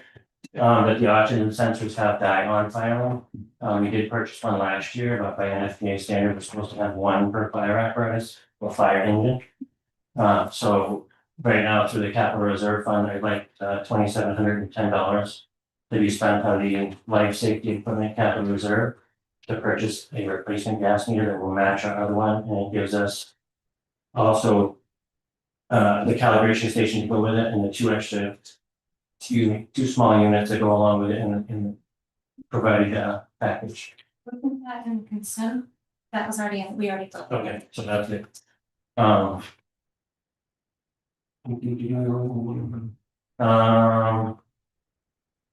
Last but not least, so you all know I have given my resignation, the Allentown Fire Department. I say that because it was a decision, but as I've said before in the past, I don't think the realization is there how much work this position is. I know I've asked before in the past to become the full-time chief of fire department. Right now, we have an ambulance that we for SB 245, which solely will probably take up 20 hours a week. Much like that's reports and the prosecutor stuff, they need the attention so we can actually get the money. So as we go along here, we have to file those reports on a monthly basis. If we miss the month, we lose the fund. Means we come back for a standard ambulance rate. So what I'm recommending, or what I'm saying is the reason why I stepped away from this job is because I think that it's not because the position doesn't need it, I think it's because it's me. Because I asked for the position and it went through quite a bit of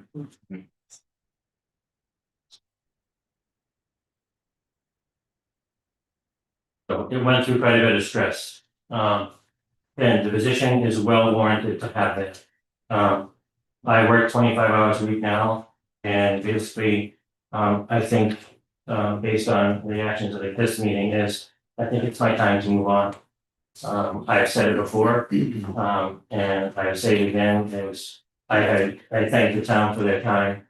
My heart is in this town, and I've done quite a bit to get this place, I think, turned around, much like John has done with the town hall the past couple of years.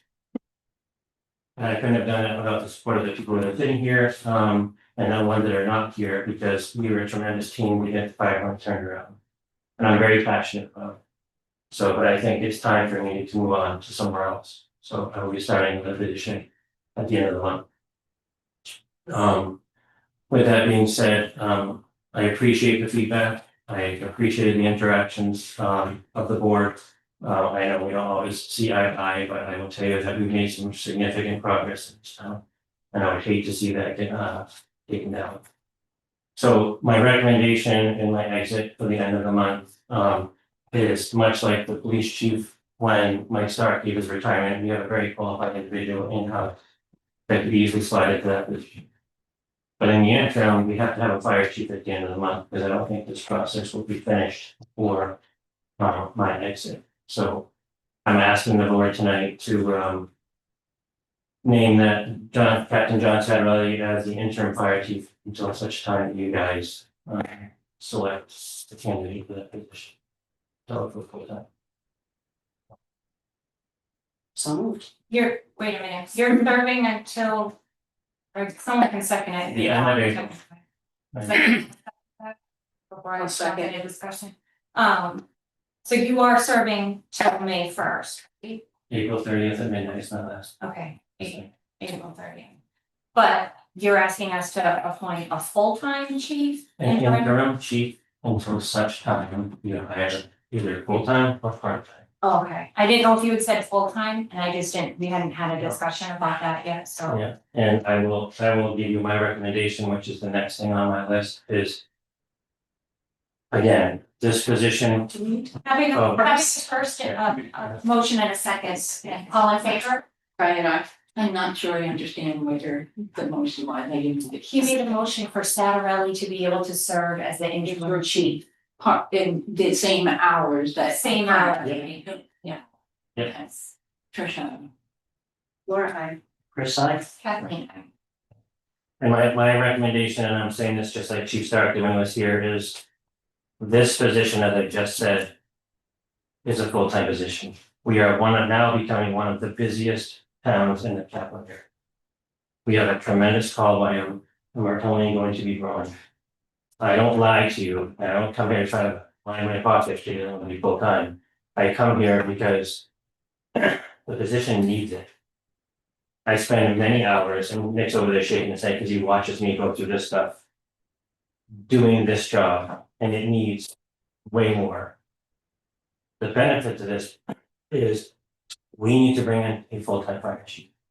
With the rest of the town. And I know everybody thinks full-time fire chief, we're gonna spend money. Well, we're not. So I gave you guys a spreadsheet that I've done the math on. It's basically, if we hire from within, and my recommendation would be Captain Kelly, like Stark recommended that. Is we could essentially, there's a restriction that I have, which is called retirement. I'm coming out of retirement to go work my other job. But right now I'm restricted at 26 hours. What does that mean? We have per diems, we have overtime. So essentially, when Nick decides today as a per diem that he has a cold and he can't come to work, what happens right now is I have to turn around and fill an overtime shift or fill a per diem to come into that position. I'm not saying it's gonna happen all, but basically what happens is now I'm paying somebody either time and a half and or per diem to come in to cover that shift. Right, as an expense. If we should move to a full-time position, there's many benefits that go along with it, along with maybe saving some money in the default budget. Is the fact that if we have a full-time chief there and Nick tomorrow decides he can't come to work because of cold, now that full-time chief is not restricted, like most people you're gonna get to apply to this job are gonna be retired guys who have the same restrictions. So doing that, now that full-time chiefs can now cover that shift, and they're on a salary, that essentially don't cost.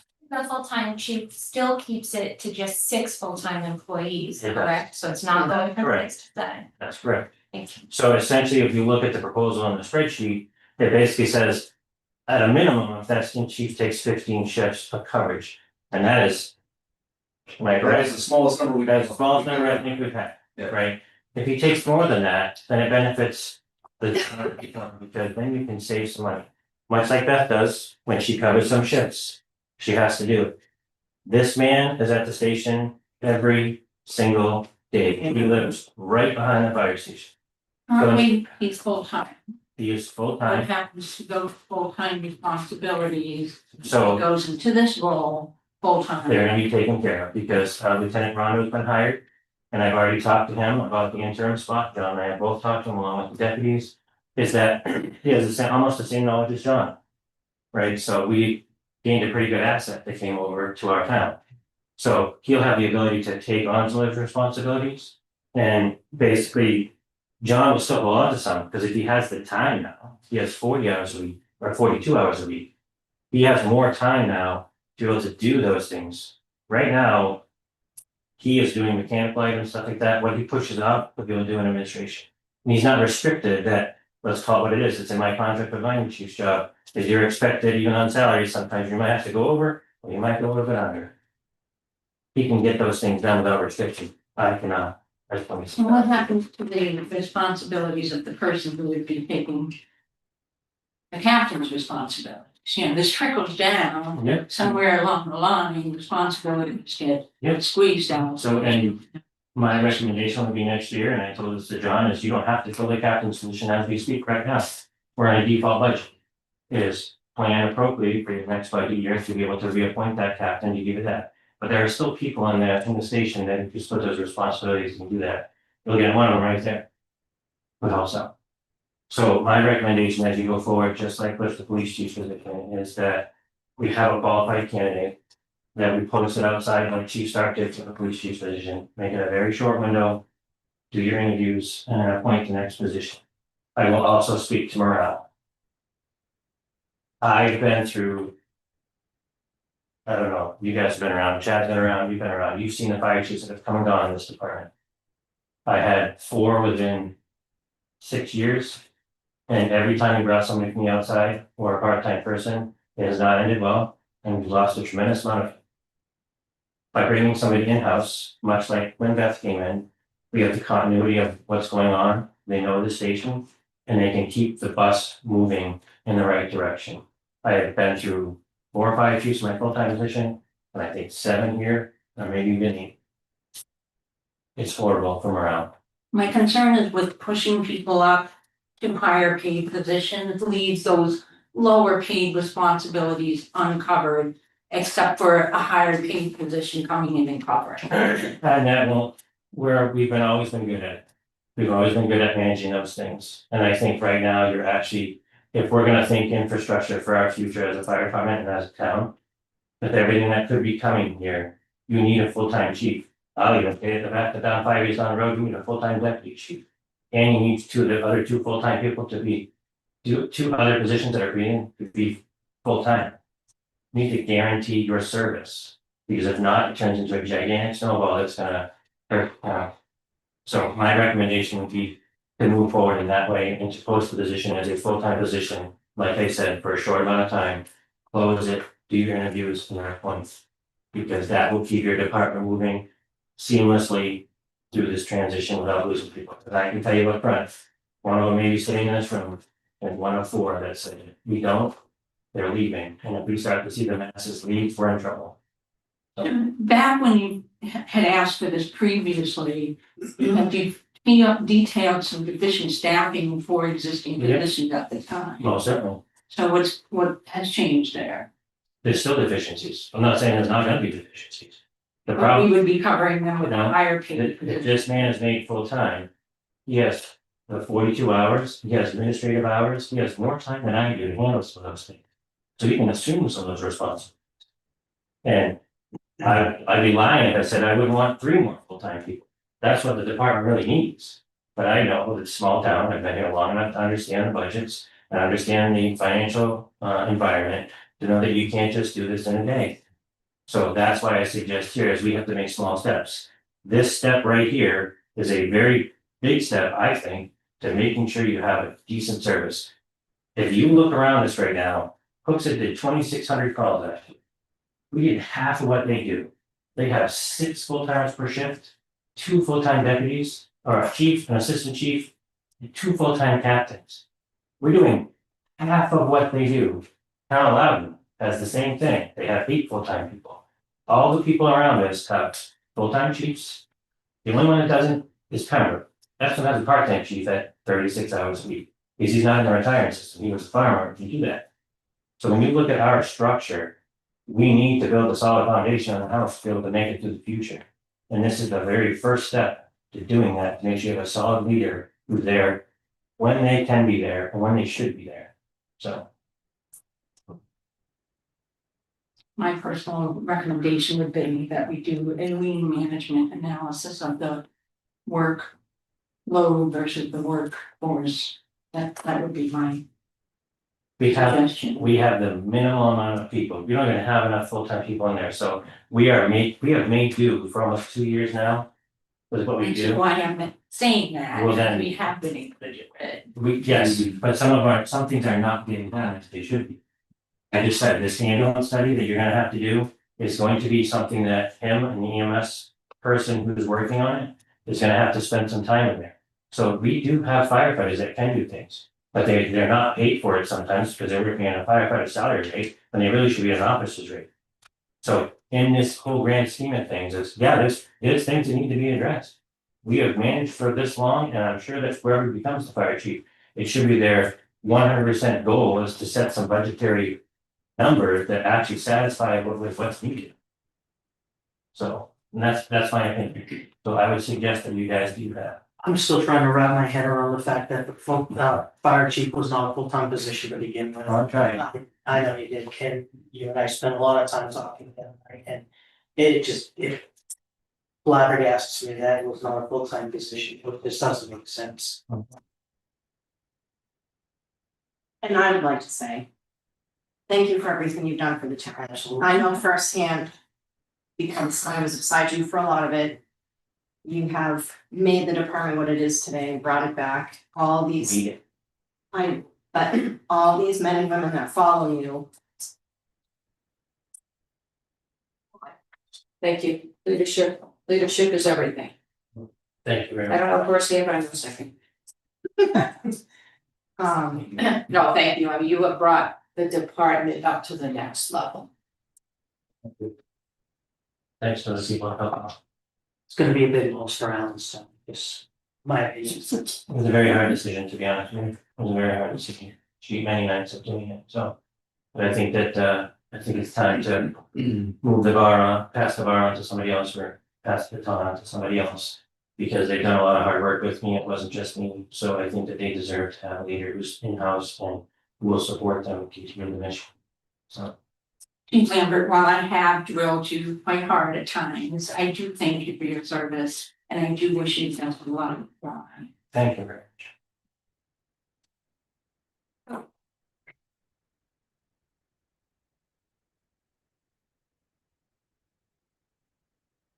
So a motion that you're looking for is to have the police chief position posted. Fire. Yes. Position. It's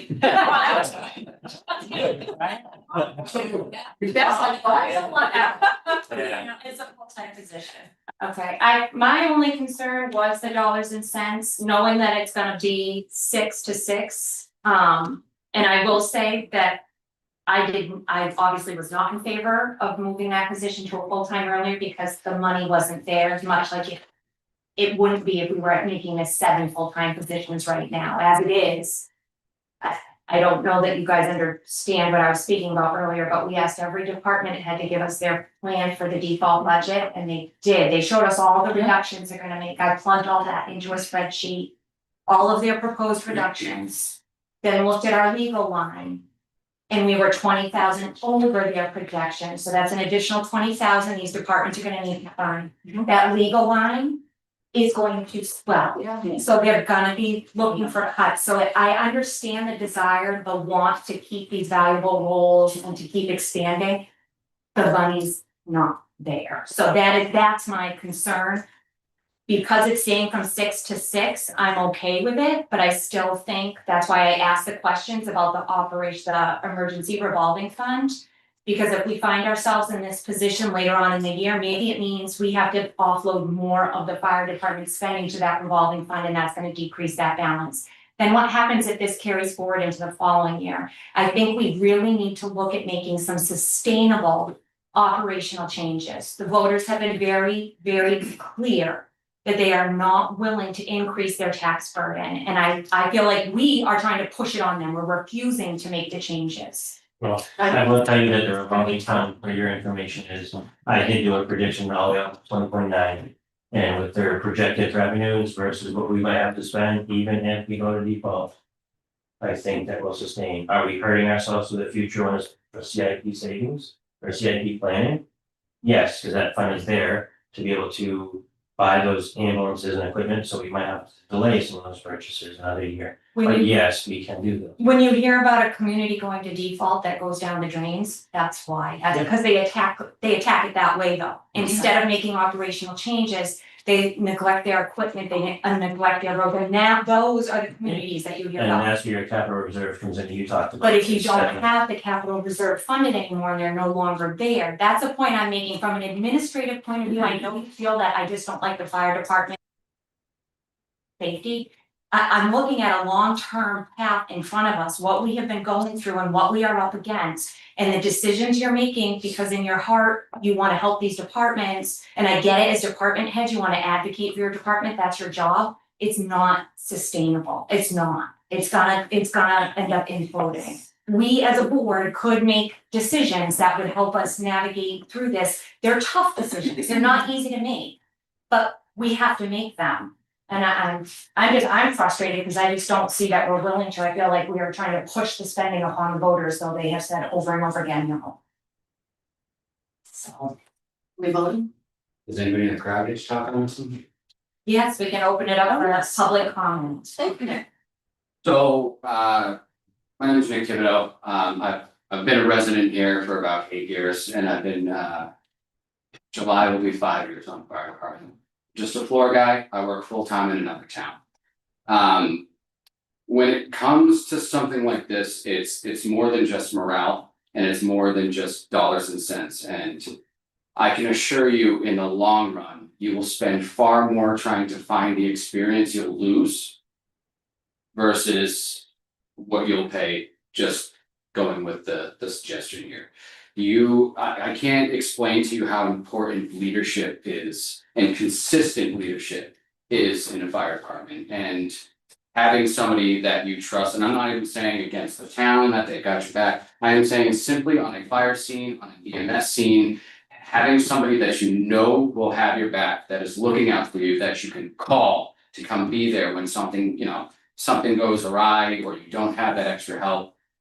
It is more important than I think anybody can really grasp, and I can understand that because not a lot of people do the job.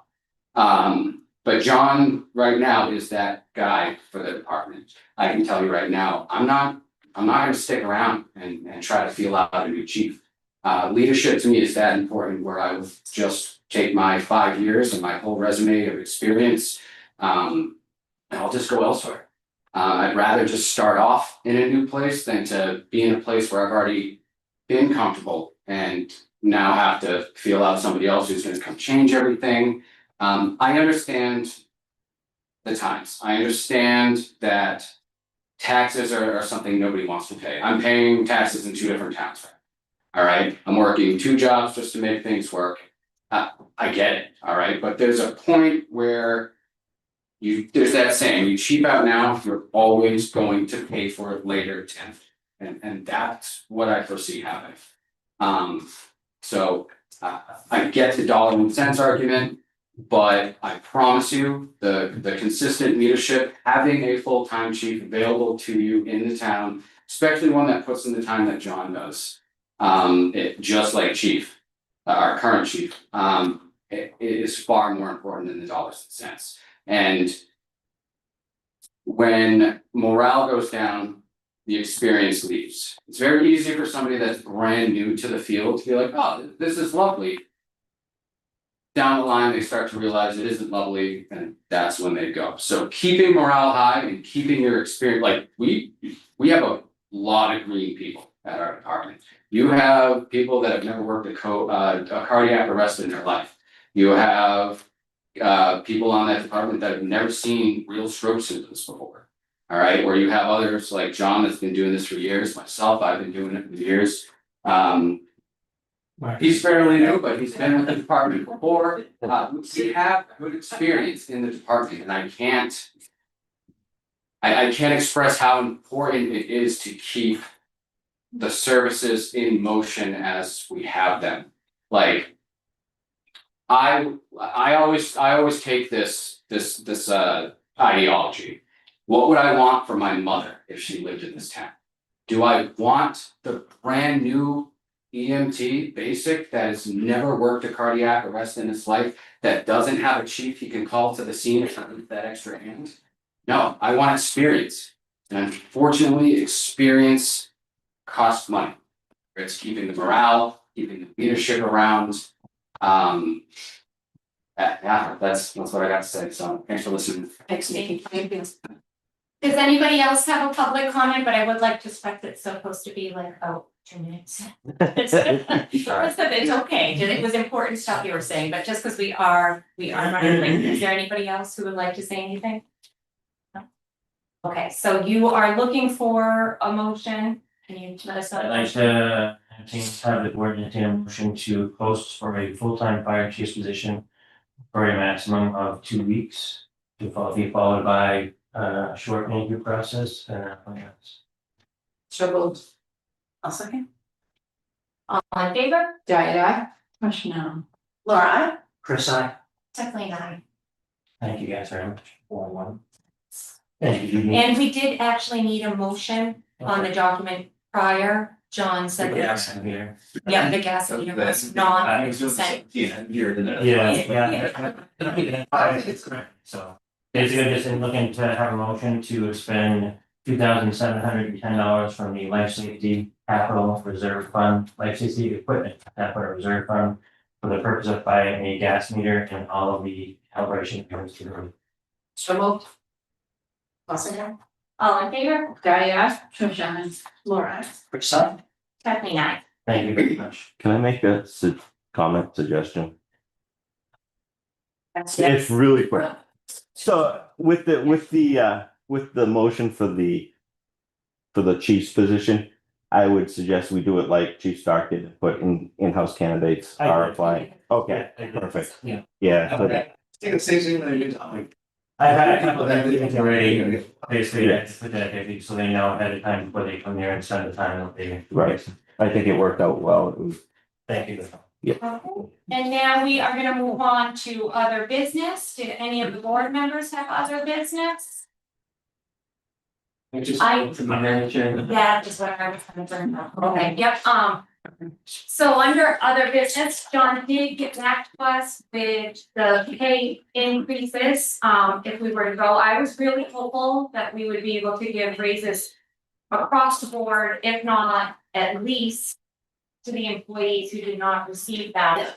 But again, looking at the projected budget, John, do you have any idea what our total legal line for the year will end up being? Do you have any type of? I can't. Okay, that's what. I wish I could. But to say between January and the end of March in 3 months to have accrued 100,000, is it not unreasonable to think it could top 300,000? One thing I can say with some certainty, it's very front loaded. So I'm hopeful that we've gotten over. Is it front loaded for this portion now, step 1, if this goes on to step 2 and step 3, as we have every reason to believe it will, it is all front Those, loaded for those legal fees. the preparation leading up to now has been very intensive. Mhm. Going forward, It's hard to tell. it's But hard to I tell, think but I think it's possible, and I think we need to And, be yeah, cognizant of yeah, that. yeah.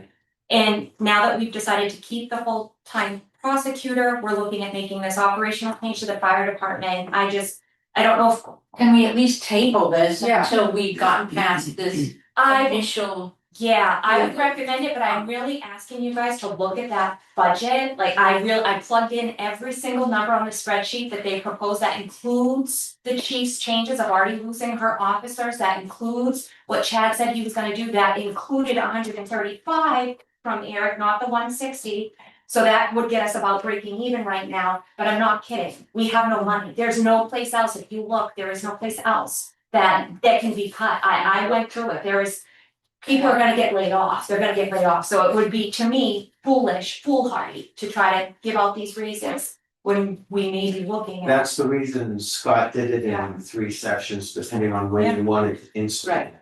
Okay. I appreciate that, but again, it's looking at that every decision you make has an opportunity cost, and you really have to realize that, you know. All right, is there anything else, anybody else have any other business? Yeah, I just wanna mention, so the new agenda, Yeah, so when you sent out, the proposed information, I took a look at that, I got back to you, I don't know if you got it. yes, I did, Okay. thank you. So, Last night. looking at what you had said here, it was my understanding that we were gonna look at this in this meeting and decide. No. So we could get opinions from the people in the process, like John. Cause as I said in my email, I mean, I totally support making things more efficient and effective. I'm just being, in the business I was in and managing a lot of people. It always works best when we can talk about the thing first. I wanted to go through the changes so you could see them and experience it, and then. And that's how I understood. Yeah, and then get feedback. Practice it The today. chairman usually does run the meetings how he or she Right. does it, and if you look at our rules of procedure, Scott was not following the previous chairman, he did come up with his own version, for whatever reason, with the town administrator they're working with. That is the only say that a chairman has. So I do want an efficient meeting, and I want a participatory process, just like at the beginning of the meeting, I encourage the public department heads, I want feedback from everybody. But I did wanna make this change now and get people comfortable, used to it, get that information sharing out there. Give us a chance to see how this worked. And then at the next meeting, I plan to ask John to put it on the agenda so we can discuss if we want to update the rules of procedure or not. You don't have to, because again, the chairman can run the meeting how they want, that's in the rules of procedure. And as far as I know, it's done across the state and it's been done in this town. You really want that person, because you do. Well, no, I get the chair runs the meeting. But when I read this, the thing is, John and I plan to make these changes at the next BOS meeting, which would be tonight, which we would have discussed, let's make these changes. Yeah. We made the changes as in we were doing them tonight is what I meant. Yeah, I didn't understand how we either, so that's not the way I understood it. So I think to discuss it, at the next meeting, or send an email, but I don't agree with all of it. Yeah, you can absolutely send an email, and let me know. I would like to have some feedback. And then we do have to vote if we are going to make changes to the agenda, because we did not have No, The- no, you don't. put it into our If you rules read, of procedure, we do. no, but if you read the rules of procedure, the chairman runs the meeting. We can create any agenda, but the chairman can change it at will. So I'm saying as chairman, I wanna try to run the most efficient meeting. I want feedback from you, from the public, from the department heads. But this is how I want to run the meeting. So if we have an opinion that we don't think it'll be run more efficiently, you're just not gonna listen or take any advice? As to No, what I'm we saying I am, I'm asking Okay, you for feedback, asking you to send your comments and say I'd like to discuss it, but it's not, I didn't violate anything, I'm not Understood. violating anything by. But you're willing to compromise if we don't agree with it, and we all think that there might be something different, or that we don't agree with the changes. If That's what I'm asking. Yes, if there's something you don't think, I would like to hear you out why. John made some suggestions, if you'll notice tonight, originally I had proposed using the assessing form. John said he felt like that would be cumbersome. My original cover sheet for the consent calendar was broken down into topics like finance, personnel. Again, John requested that I move that, so I did. So I am interested, but I know what I'm trying to accomplish with the meeting, the level of efficiency and information sharing. So there are some things that I may stand strong and really want to run the meetings this way. But I absolutely want feedback, and it'll give me a chance to maybe explain it to you, because sometimes it may seem like the changes are arbitrary on its face, but I can assure you every change I make is not, it's all for an intended purpose. It's just not the process I was used to. Used to discussion first. Just a comment at the end, right? So I will give my feedback as the department head who's exiting. Realistically, I agree with some changes and we have to be objective and look at it. But as a department head, I think we're duplicating efforts, because if we get into a long discussion, I know we say it's 5 minutes and if you want more time. But now I am going up to give my 5-minute dissertation, and I'm gonna sit down and wait till the end of the meeting and go through my action items.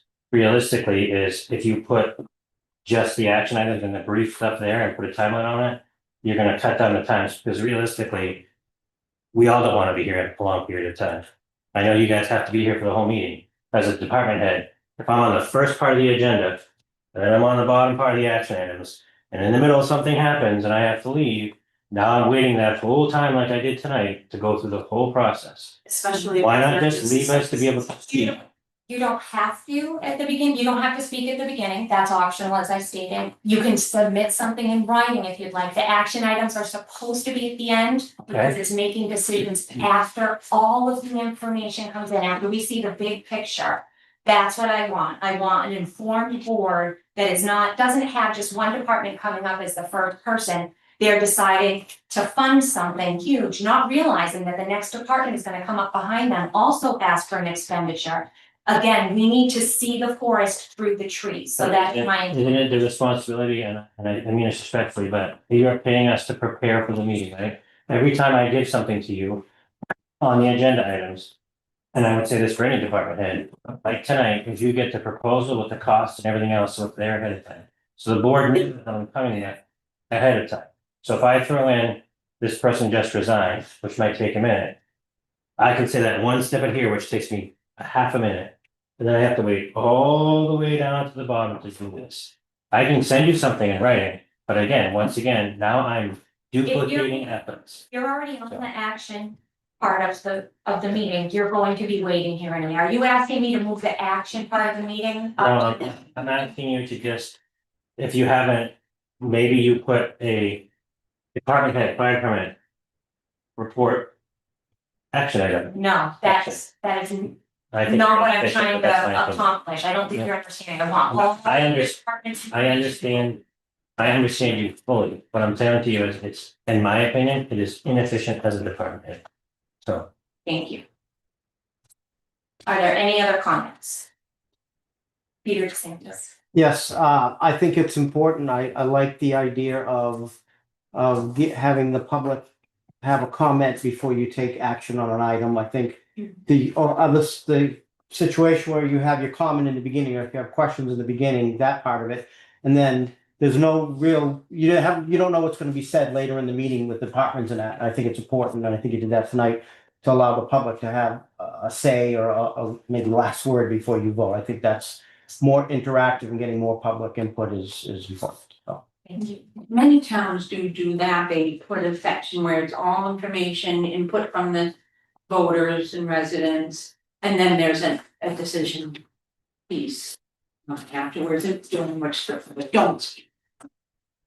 It doesn't, it allow the board to get all the input. Okay. Seeing no more public comments, we're gonna move on. We don't have a non-public tonight, so we're gonna move on to signing the consent calendar items. So I'm gonna go. Which we already voted on. Yeah, we already have a question. Watch the sign if you want, and anybody go. And so just remember for the. thank you very much. We did make an adjustment, so we'll be Yeah. submitting down below and you'll see that. I need help, so. Thank you, sir. Thank you. Peter. I'll see you. I'll stop. Thank you. I tried, I fell back. Oh, is that what happened? I thought you were just changing your mind. No, I fell back.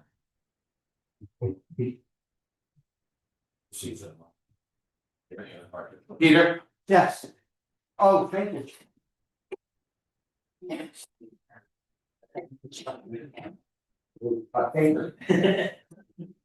There was, oh, the health inspector's name, I thought, was that in this one or? This was Auto Rush. Whoosh, are you? Someplace in, it was just his name was spelled wrong, and I think they had, oh, right here. Ms. Pelletier made a motion to approve and sign the appointment of William Roosh as its auto. And it's ROUCH. RUSCH, Rush. Okay, so. Do you cross it out here and write it here? I think you Yeah, have to put it back in. Yeah, I but think I you did. crossed it out right there, Yeah. so. Yeah. And then I can put remove in it the and- narrative on the back page and I'll correct it before it gets. Yeah, okay, so it's OTT. OTTO Yeah. RUSCH, Rush. I also remember that in one of the paragraphs, it talks about Peter DeSantis and states that he is a her. That, and he doesn't mind. Then we're golden. Yeah, just take it out, was just thankful. I have so many comments like. Well, let's go. Yeah, it says Ms. DeSantis instead of Mr.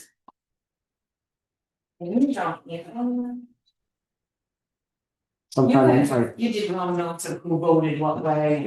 I gave you that, so you can follow along. I'm sorry, DE, capital S, ANTIS. And the other thing I was thinking is, I know like in Manchester, a lot of other cities actually print that consent calendar stuff in their agenda, so you don't have to read it out loud. You just make the motion to approve the consent calendar, because it's all in the, I don't know, if we want to consent. It does make it appear to be a very long agenda, but it just makes that motion so easy, and people, they just access it, so I'll let you think about that. Tonight, reading them off with 17 items, I was like, man, I wish these were just printed and I was just I wish they were on the agenda. That might not be And bad. that's just I- first yeah. one. That's how Manchester does it. The first meeting I went to, I get when I was trying to get flying. But it was so there, and then it was all one motion. I was like, wow. But all the people in the audience had it to look at. They could. You don't have to read it. Yeah, they could look back and. Even though the consent calendar is printed in with all the documents I posted. Mhm. So it's already been, Oh, yes. it's already there, I think it was, yeah, That's right, you are posting that, so, you don't have to read. okay, so you could do that, just approve it and leave it because it's. I put it in its entirety. Okay, perfect, That's that one of consent the items. calendar's summary sheet. Yep. Perfect, yeah, that works, so maybe next time I don't read it, I'll see what Yeah. I've been working on. Yeah, it's the whole consent calendar. That's Okay, yes. when I put it in there. Yeah. Yeah, John, I like it. for the natural and cultural resources, there's space for only 3, should they add the other 2 or just leave it? You could just, if you wanna sign, they can sign somewhere on there, or they don't have to. I think that's a state form, isn't it? Yes, Yeah.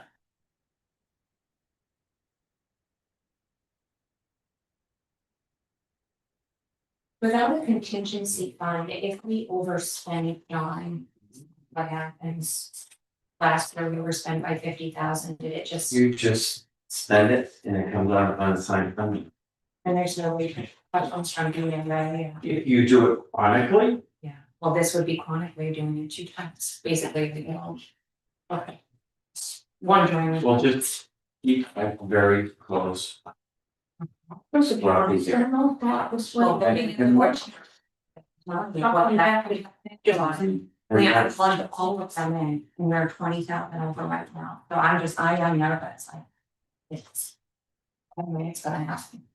We're all What in. Eric was just talking about. I know, I printed that. The expenditure Yep, I report? have. Oh, you saw I it. used that as well, I used that and the one, that's where I got the actual one Okay. of the legal line being 101. And our finance consultant being overdrawn already, yeah, I put it all together in one Okay. spreadsheet and it's scary. I did the same thing and saw the same thing. Yeah. There's. She did sure movies and signing.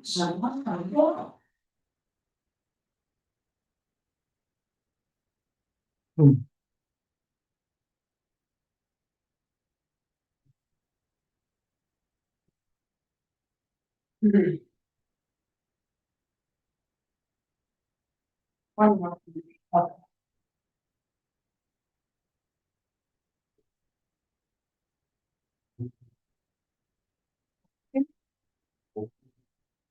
Looks like we have some. Everything else. I'll entertain a motion to adjourn the meeting at 8:15 p.m. So, second, All in favor? Diana, Tricia. Laura? Tricia. Kathleen, aye. And that's all we're at. Good job.